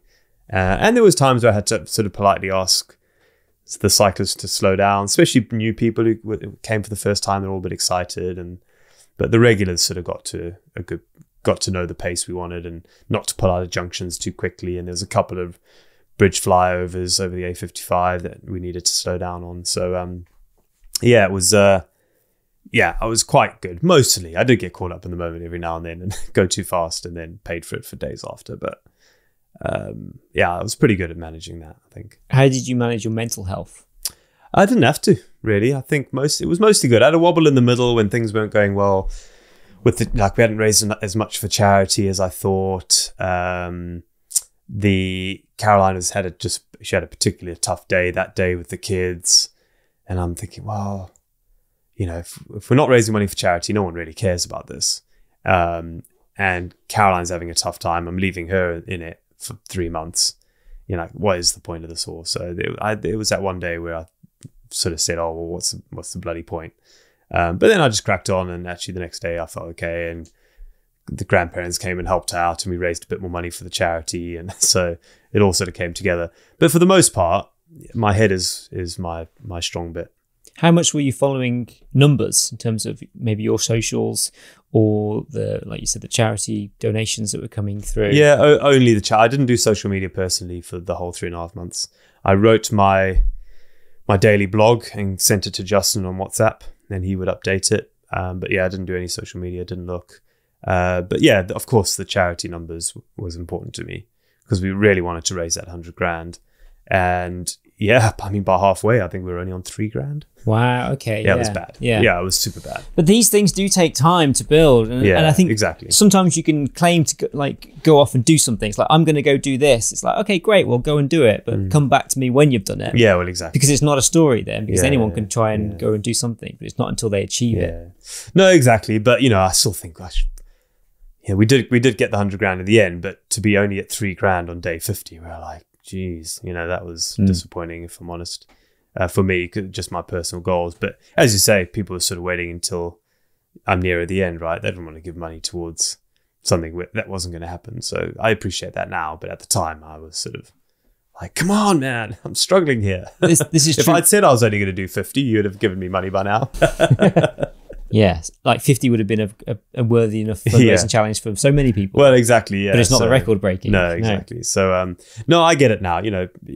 Times are tight for people, and they would just, and I would be the same. If someone was going to do that, I'd wait till day 101 as well.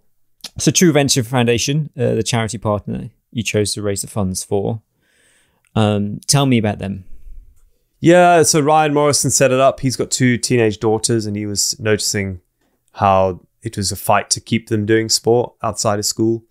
And yeah, so he thought, why is this happening? And he looked into it and found out there was just loads of gaps and issues within the sort of the progression for kids to do sport and carry on doing sport in after school and, you know, when they've left school and outside of school times.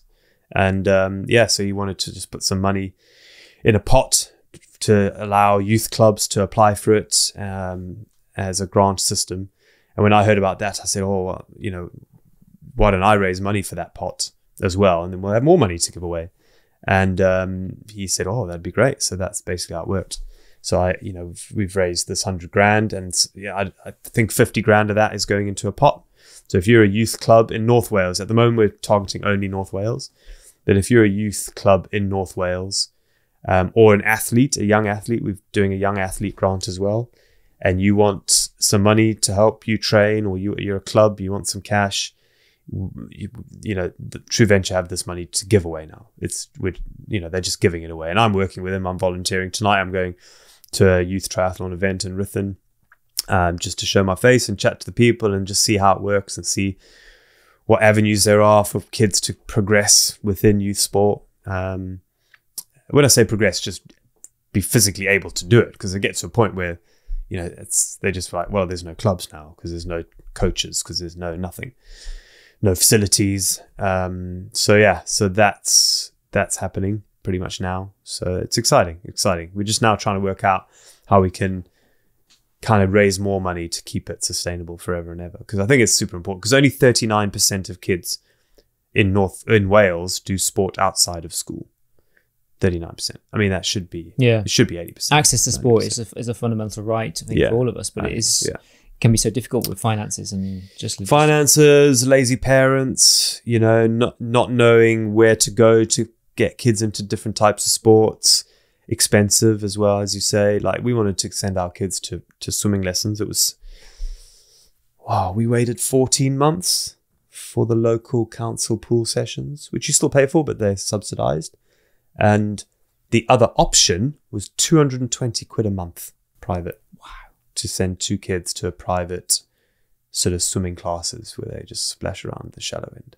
220 quid a month. That's crazy. So yeah, there's lots of challenges. And I think this is where True Venture just going to say, well, we've got the cash.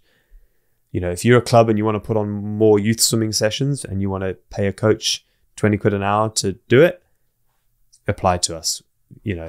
I say us, it's Ryan Morrison's thing, but I'm sort of heavily involved as a full-time volunteer almost. But yeah, True Venture will give you the money.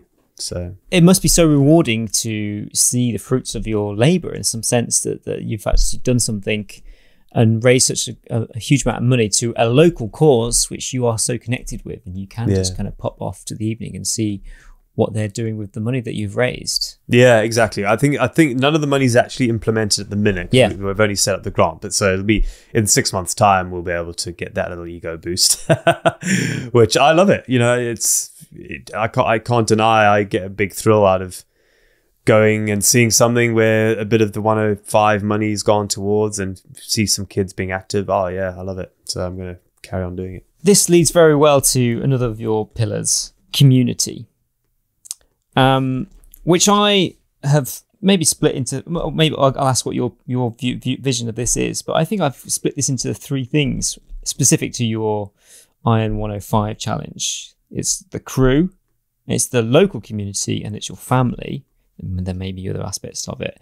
But I think what is so special about what you did is you placed yourself at home to go and do something epic.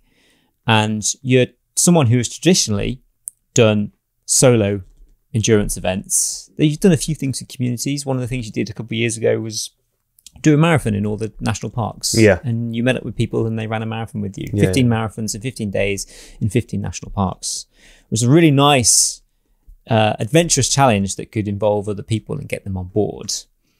You've taken this to another level.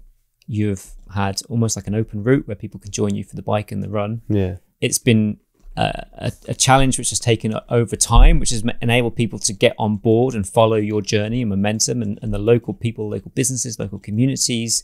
You've really put this area in Flintshire on the map because of what you were able to do by setting a world record. Yeah. What has that meant to you? So I didn't really think about it until it started happening. Yeah, like I didn't think it would happen as big as it did, really, as, you know, all the people that came and joined me. And, you know, and these are, when I say that, I'm talking about sort of the regulars. You know, let's forget day 102 and loads of people came for a one-off because they wanted to be part of this amazing day, and I'm super grateful. I'm sort of talking about the people who like really landed up being corely affected in a positive way by this daft thing that some hairy ginger bloke was doing, right?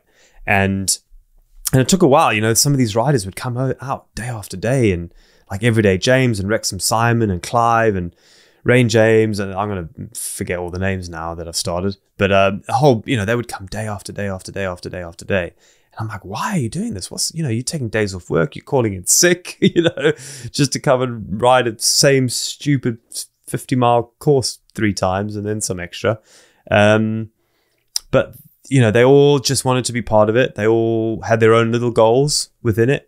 You know, the one guy lost 2 stone in weight. One guy wanted to do 12,000 miles this year, and it was an easy way for him to do that. Or, you know, people were doing their first 100 milers, same on the run, their first marathons, their first half marathons, and they just kept coming back. And yeah, that was a part of it. That if there's going to be a legacy, which I don't really care about much personally to have any sort of legacy, but the fact that all these friendships were made between them and me, but if you take me out of the equation, they're going to be friends forever. That would be awesome. And it's already happened. So when I did my double this weekend, Rain James was one of my regulars. He came and supported me on the run for a bit. Then I had Ian, who again was one of my regulars. He supported Nicola because she was running the 100 miler. And Nicola was one of the regulars who ran with me as well. So there was this sort of like, everyone's helping each other out now. And then teacher Simon decided to do 24 hours on the Iron 105 bike course. And we all came out and rode with him. I rode from 1 a.m. till 8 a.m. with him the night. And yeah, it was awesome. This now, Ian's put it away. So there's been an Iron 105 hug around a whole group of people. And now we're all in this little bubble, and we're, you know, going to stay friends forever. We're doing a pub crawl actually in October of the bike course. There's 10 pubs on that bike course, and we're going to go and visit all of them. So, you know, and that's going to be a lot of the regulars are going to come for that. So, yeah, it's been amazing. And then, as you say, there's the crew and my family and that, and they were always sort of the obvious community that I had in my head, and I thought, you know, that was going to be it. But then to have all these other random strangers become lifelong friends was, yeah, humbling and probably the best memory that's come out of this from a positive point of view, other than achieving the record, of course. But yeah, it was the thing that made it sort of kind of manageable, having that community around me, I guess. And how about your crew?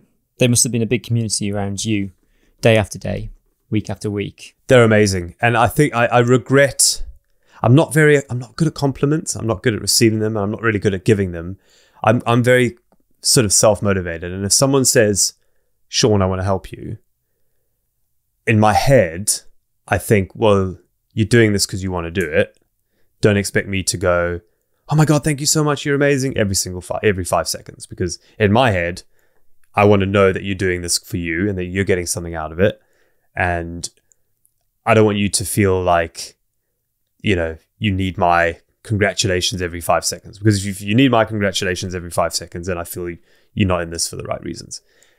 The problem is, you need to tell people that you appreciate them, you know? So I regret. So to my crew listening to this, I apologize for not saying it enough, even though I felt it immensely. Every single day, these guys were freaking amazing. Getting to the pool, the 2 Chris's who did the morning shift, getting to the pool super early, making sure everything was good, testing the water, getting all my kit laid out, you know, arranging all my nutrition for the day, for the swim and then the bike. And then Phil, who was doing all the bike mechanics, you know, making sure the bike was running sweet every single day. I did my double now. I was like, there was a little creak. I'm like, this bike never creaked once on 105 days. You know, Phil nailed it. And then, you know, Philip was following me, you know, doing the slowest bike ride in the world every single day, which, you know, was tough. He just sitting on a bike for 7 hours a day as well. and then having to, do the laundry. He was doing all my laundry as well. So he had all the crap jobs. He had all the dirty jobs, and then Justin was up all day. He was up at 4:20 with me, and he would take me home, bring me home. So he did the full day. So the other two did sort of half days each. But then he got weekends off. But yeah, I sort of looking back now, I wish I'd been more vocal in my appreciation of them, because I really did appreciate everything they did. They were incredible. But yeah, I'm just not very good at giving compliments. Do you think this is going to change your relationships going forward? How you interact with people? I hope so. Yeah. I definitely need to yeah. Because maybe you don't need it, but many people do need. No, I don't. To feel appreciated. Absolutely. Yeah, I know. Yeah, and I'm just terrible at it. Yeah. Even Caroline tells me, like, I'm just very bad at saying, oh, you did a good job, on stuff.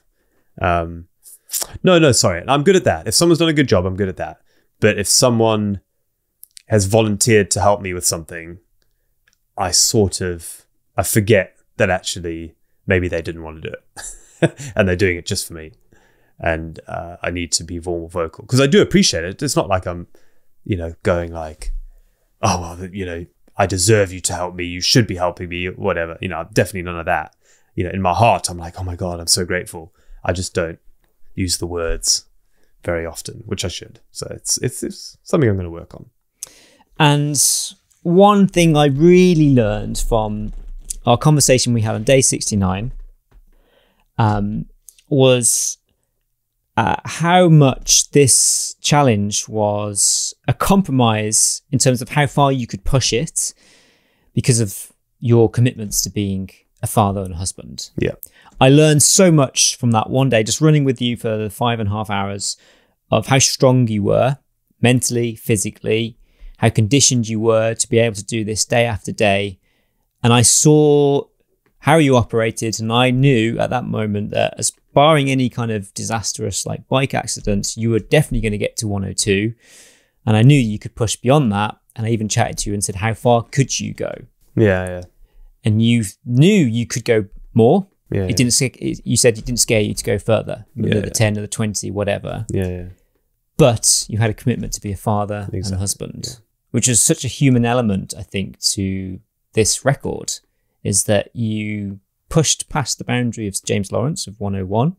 You did 102, and then you just pondered for a few extra days. But there was always going to be, a limit to where you could leave it because of family. Yeah, so I mean, Caroline and I had kind of quite long discussions on this exact thing beforehand.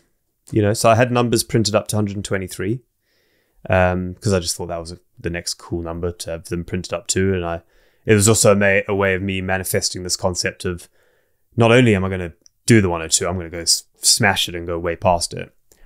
And I sort of spoke to Caroline, and before we knew just the stresses it would take on family life, she sort of said, well, if you need to do 123, you do 123. You're not doing this again.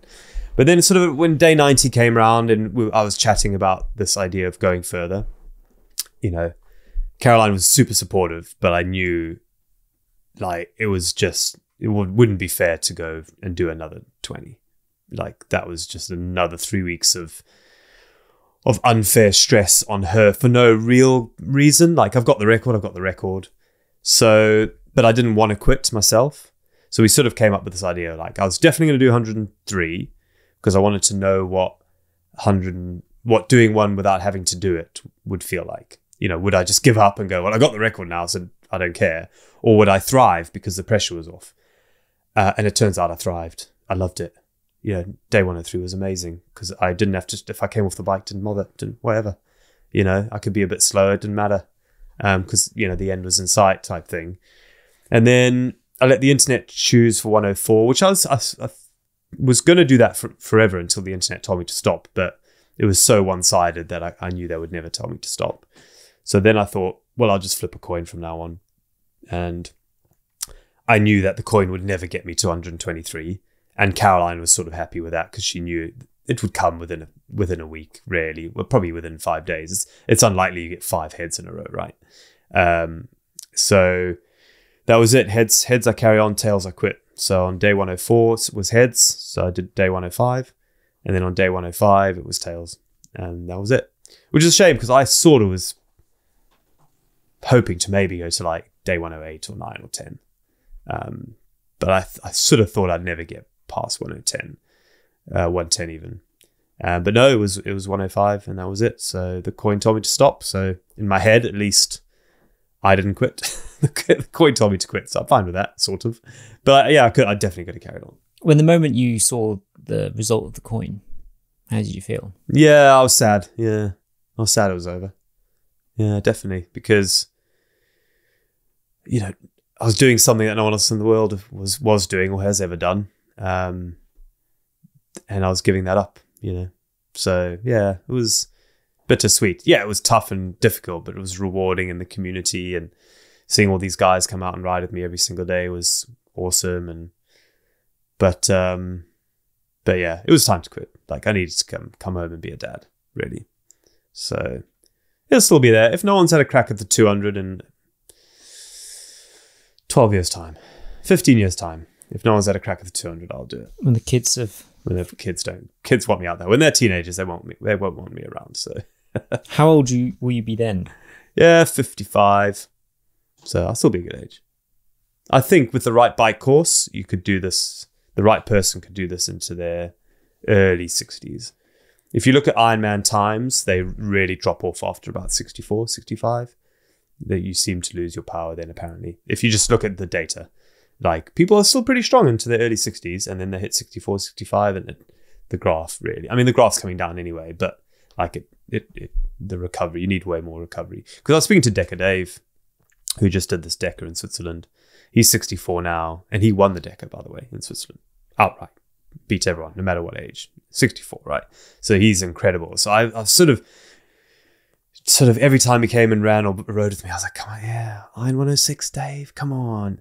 If there's one person who can do it, it's you. And he's like, I'm keen, but I think I've missed the age boat. He says, words are coming out of his mouth. But it's pretty impressive though, you know. So I think I'd still have time. You know, James was 40, I want to say he was 46 when he did it. So yeah, as long as you can keep uninjured and keep your recovery good, yeah, you can be in your 50s for this, I think. Your mom was at your 102nd day when you celebrated with a huge community of people down at Mold Leisure Centre when you ran laps of the little estate there. And she made me smile. And when I spoke to her, she said she was so pleased. She said, like, you've spent years doing things on your own, and this is the first time you've really opened it up to a community. And she was so happy for you just to see bringing everyone together.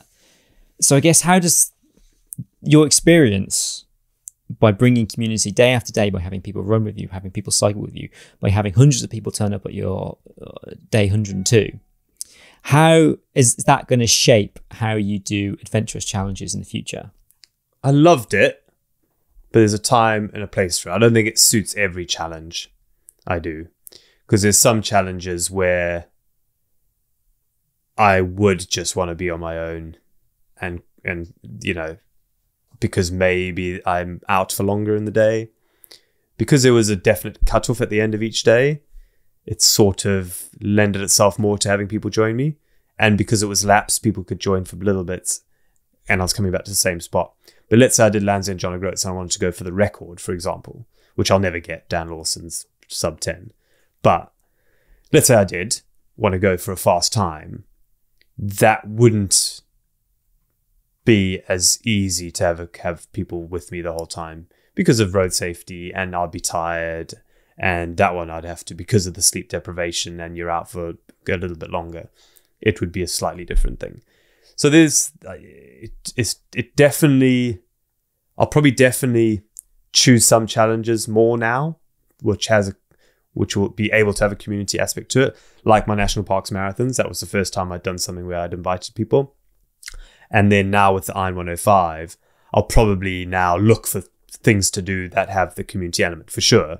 But I don't think I'd have it on everything I do, because sometimes it just wouldn't suit certain records. And some records you just need to keep small and keep your mind occupied on something else type thing. But yeah, there's definitely a few more challenges I've got where it'll be nice that people can join me. Definitely. What motivates you? Just breaking the record. Yeah. You're someone who claims to do first, fastest, furthest. And most. And frequent. Frequent, yeah, I know. I'm trying to think of an F. You put motivation as one of your pillars of endurance. Yeah. Does that go down to a mindset in the actual doing it, or is it more about the motivation to want to do it and want to have that record? Yeah, for me, I just want the record, and that's enough motivation for me. There's obviously little side motivators like raising money for charity, which is quite a big one. Trying to impress my kids later in life. Some cool pub stories, things like that. Getting to write the book. I love writing the book. If I don't do it, I don't get to write the book. So there's lots of little things like these sort of metaphorical carrots I dangle. But for me, I'm quite self-motivated, really. I think once the record's there and I know I can break it or believe I can break it, that's enough of a motivator for me. Yeah. So I'm not really, it's an unpopular opinion, but everyone's sort of says, oh, it's not about the destination, it's all about the journey. Yeah, that doesn't sit well with me, really. Like, for me, it's the destination. Like, I need to cross that finish line first, basically. I'm not very good at just the journey. I'm terrible on holidays. Caroline hates it. So I'm quite self-motivated in that way, but I realize other people aren't. They need various things in place to keep them motivated. And yeah, it could be listening to music, it could be raising money for charity, it could be getting a PB, but you got to keep them really in the forefront of your mind when things are going tough. Otherwise, you're just going to bail. On your website, on the front page, it says adventure is simply a way of thinking. What do you mean by that? Yeah, I think you can live adventurously without climbing a massive mountain or rowing an ocean. You can just, buy different foods at the supermarket, go somewhere different on holiday, read different books that you wouldn't normally read. I think you can get a lot of life adventure by just, thinking a bit differently every single day. I definitely believe that. And I'm quite good at that. I flitter between lots of things. That keeps my life quite adventurous, I guess. Your final pillar, the 11th pillar, discipline. Yeah. Why have you incorporated that? Well, I only thought of it during this double this weekend. Because I'm always thinking, if I'm going to write a book about the pillars of endurance, I need to not miss one. I don't want to get to the end and go, oh, there's actually one I forgot. That would have been good. So I'm constantly thinking about it. And I thought during the double, there's a couple of people who were probably 4 hours quicker than me, but we had the exact same moving times, but they were 4 hours quicker than me on the double. Now, I know it's because I waited for my cousin a few times because I was using his crew because he signed up first and said, oh, well, if you sign, you can use my crew, and then you have to have crew following you. So when I was an hour ahead of him, I needed to wait so we could be together on the bike so we could share crew. So there's a little bit of that. But then I thought, let's forget I'd waited for him. What, would I still have been, I may have still been an hour slower with the same moving time. And the only reason that would have been is because I wasn't disciplined enough to take shorter stops, So I thought, well, maybe discipline is quite a big important part of it. But then the discipline actually comes across all the 10. You got to be disciplined in the planning. You got to be disciplined in everything else. So is it its own category, or is it just automatic that you have to do it? But then, it is automatic that you have to eat, and that's a category. So yeah, I might add it. I'm going to think about it a little bit more, but you really do have to be disciplined. Once you've got a system, you've got to find a system, you've got to have a system that works, and you've got to follow the system if you want to do multi-day stuff for months on end. And you've got to be disciplined enough to keep doing it once you know it works, and not give up and not change the system and not get lazy and not cut shortcuts and things like that. Because if you don't, then, you know, it could come crashing down. Because, for example, let's say you're prone to getting sort of blisters or whatever. Even if you're not getting blisters, you should still probably be disciplined enough to put some Vaseline on the bit of your foot every single day, just in case a blister comes. Because if you're not, you might get a blister without knowing it because you get a bit lazy. So it's a lot, and to be disciplined to drink when you need to drink, even though you may not be thirsty, and eat when you need to eat, even though you may not be hungry. So yeah, I think I need to work out a way of putting that properly, more eloquently, I guess. But I think everyone understands discipline, but it's you know, really over analyzing it and being super determined on the whole discipline thing. Going forward, how are you finding your next challenge? I've notoriously in the past done nothing for months after, and I spoke about this earlier, but I want to keep the fitness on this.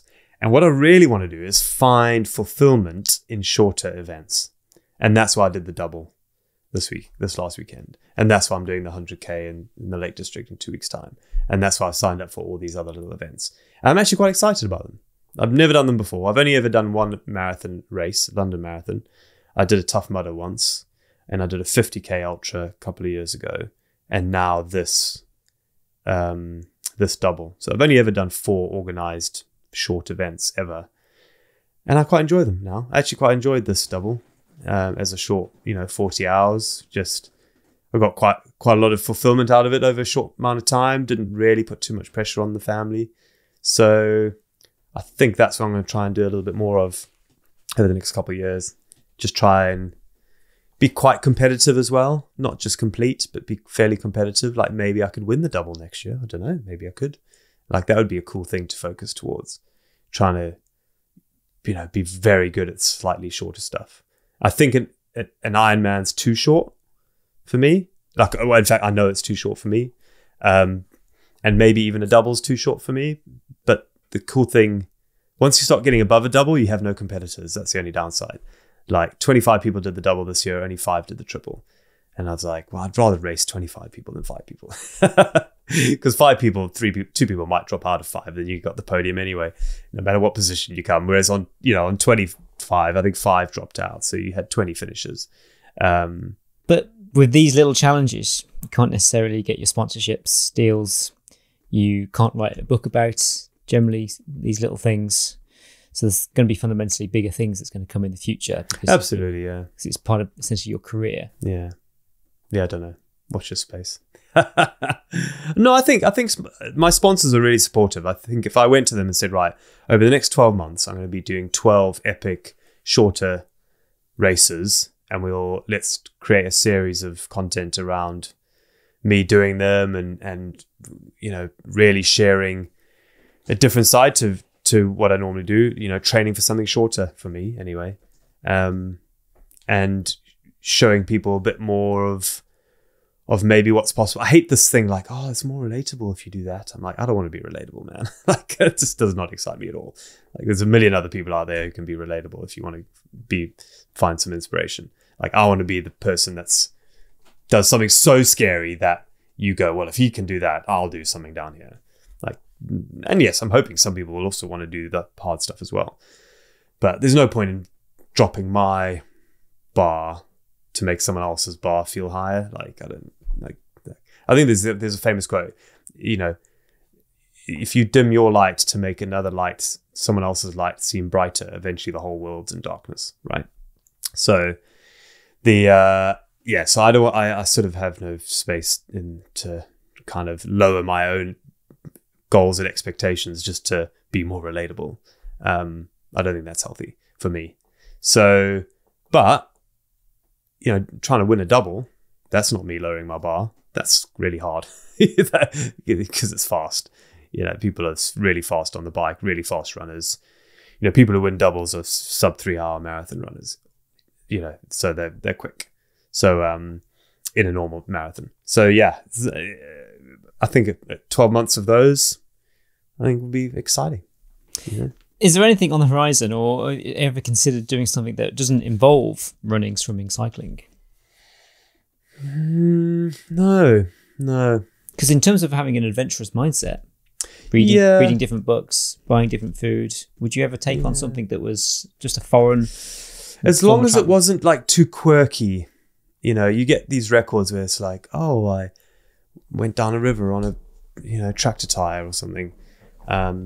So for me, it would have to sort of be fairly mainstream to be a legitimate record. Otherwise, it falls into the sort of the quirky category, and I'm not really up for that.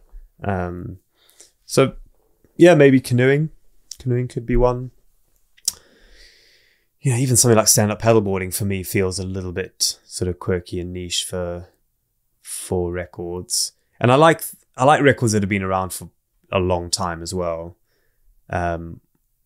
Or like anything cycling related, people have been cycling for 200 years, right? Whereas people have been stand-up paddleboarding for 10 years. So yeah, I don't know. Yeah, at the moment, not really. I like swimming, cycling, and running, and I don't want to get worse at them. You're very good at them, yeah. Yeah, I don't want to get worse at them just to potentially tick a different box, but never say never. And it's the 10, 15 years of doing that what enabled you to do Iron 105. Well, exactly, yeah.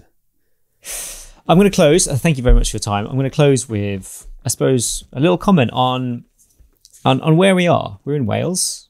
And I know that you've lived in different places. You've lived in London, you've lived in Lake District. Has there been other places in the UK? Worcester, Cheltenham, Cambridgeshire. And I think perhaps it was due to COVID. You situated yourself here, not knowing if it's going to be the future. Is close to Caroline's parents. Is that correct? Yeah, that's right. Yeah. And you had 2 young kids in the last 4 or 5 years. You're born in Zimbabwe. That's right. Raised in South Africa. You've lived in the UK for many, many years now. I suppose, why did you choose to do so many of the challenges here in the UK? But also, it's a double-loaded question here. You've been in Wales for a few years now. You represented Welsh Triathlon. They were supporting you. They were there on the day of the 102. You've raised money for a Welsh charity. You even had the Welsh colours on your jersey that you wore every day. Yeah. What does it mean to be representing Wales in the UK like this? Yeah, I sort of feel like I'm a person of the world. I have 4 passports. So I sort of, when people say, oh, where are you from? It's like, well, actually, it's not an easy question for me. Yeah, I was born in Zimbabwe. That is factual. I grew up most of my childhood in South Africa. I have Irish family, so I've got an Irish passport. I lived in England for a very long time. And now I've married a Welsh girl. And, she's born and bred Wales, and now son is born and bred Wales, and I now live in Wales. So I guess I'm a bit of a chameleon. I'll sort of, get somewhere and I'll be fully passionate about that thing. And then, we'll probably move to Timbuktu in 5 years' time, and then I'll be flying the Timbuktu flag forever. But no, I'm kidding. I love Wales. I love living here. I will probably be here forever. Grandparents are here. I've got cousins in Cheshire, just over the border. But yeah, I love it. I do love it. So, and I've never got fully invested in it because I've always thought myself as a bit of a loner, and I'm a bit of a loner, and I mostly enjoy being a loner. I never get lonely ever. So I do like it, but I also now realize that actually I want to be part of a community and part of something, and Iron 102 was sort of the catalyst for that. And I've never joined any clubs, for example, but now I'm going to join the swim club and the bike club, and I want to go riding with other people, which normally I've never done. I've always just done everything on my own. And now, yeah, I want to fly the Welsh flag for youth sport, and I'm super passionate about it. And because I live in Wales, I might as well. There's no point in me flying the flag for Zimbabwean sport living in Wales. So that's what I'm going to do. Yeah, passionately from now on. I think it's a really nice way to leave it, because it seems like you're very much home within the Welsh hills, with the lovely Welsh valleys which you see around you.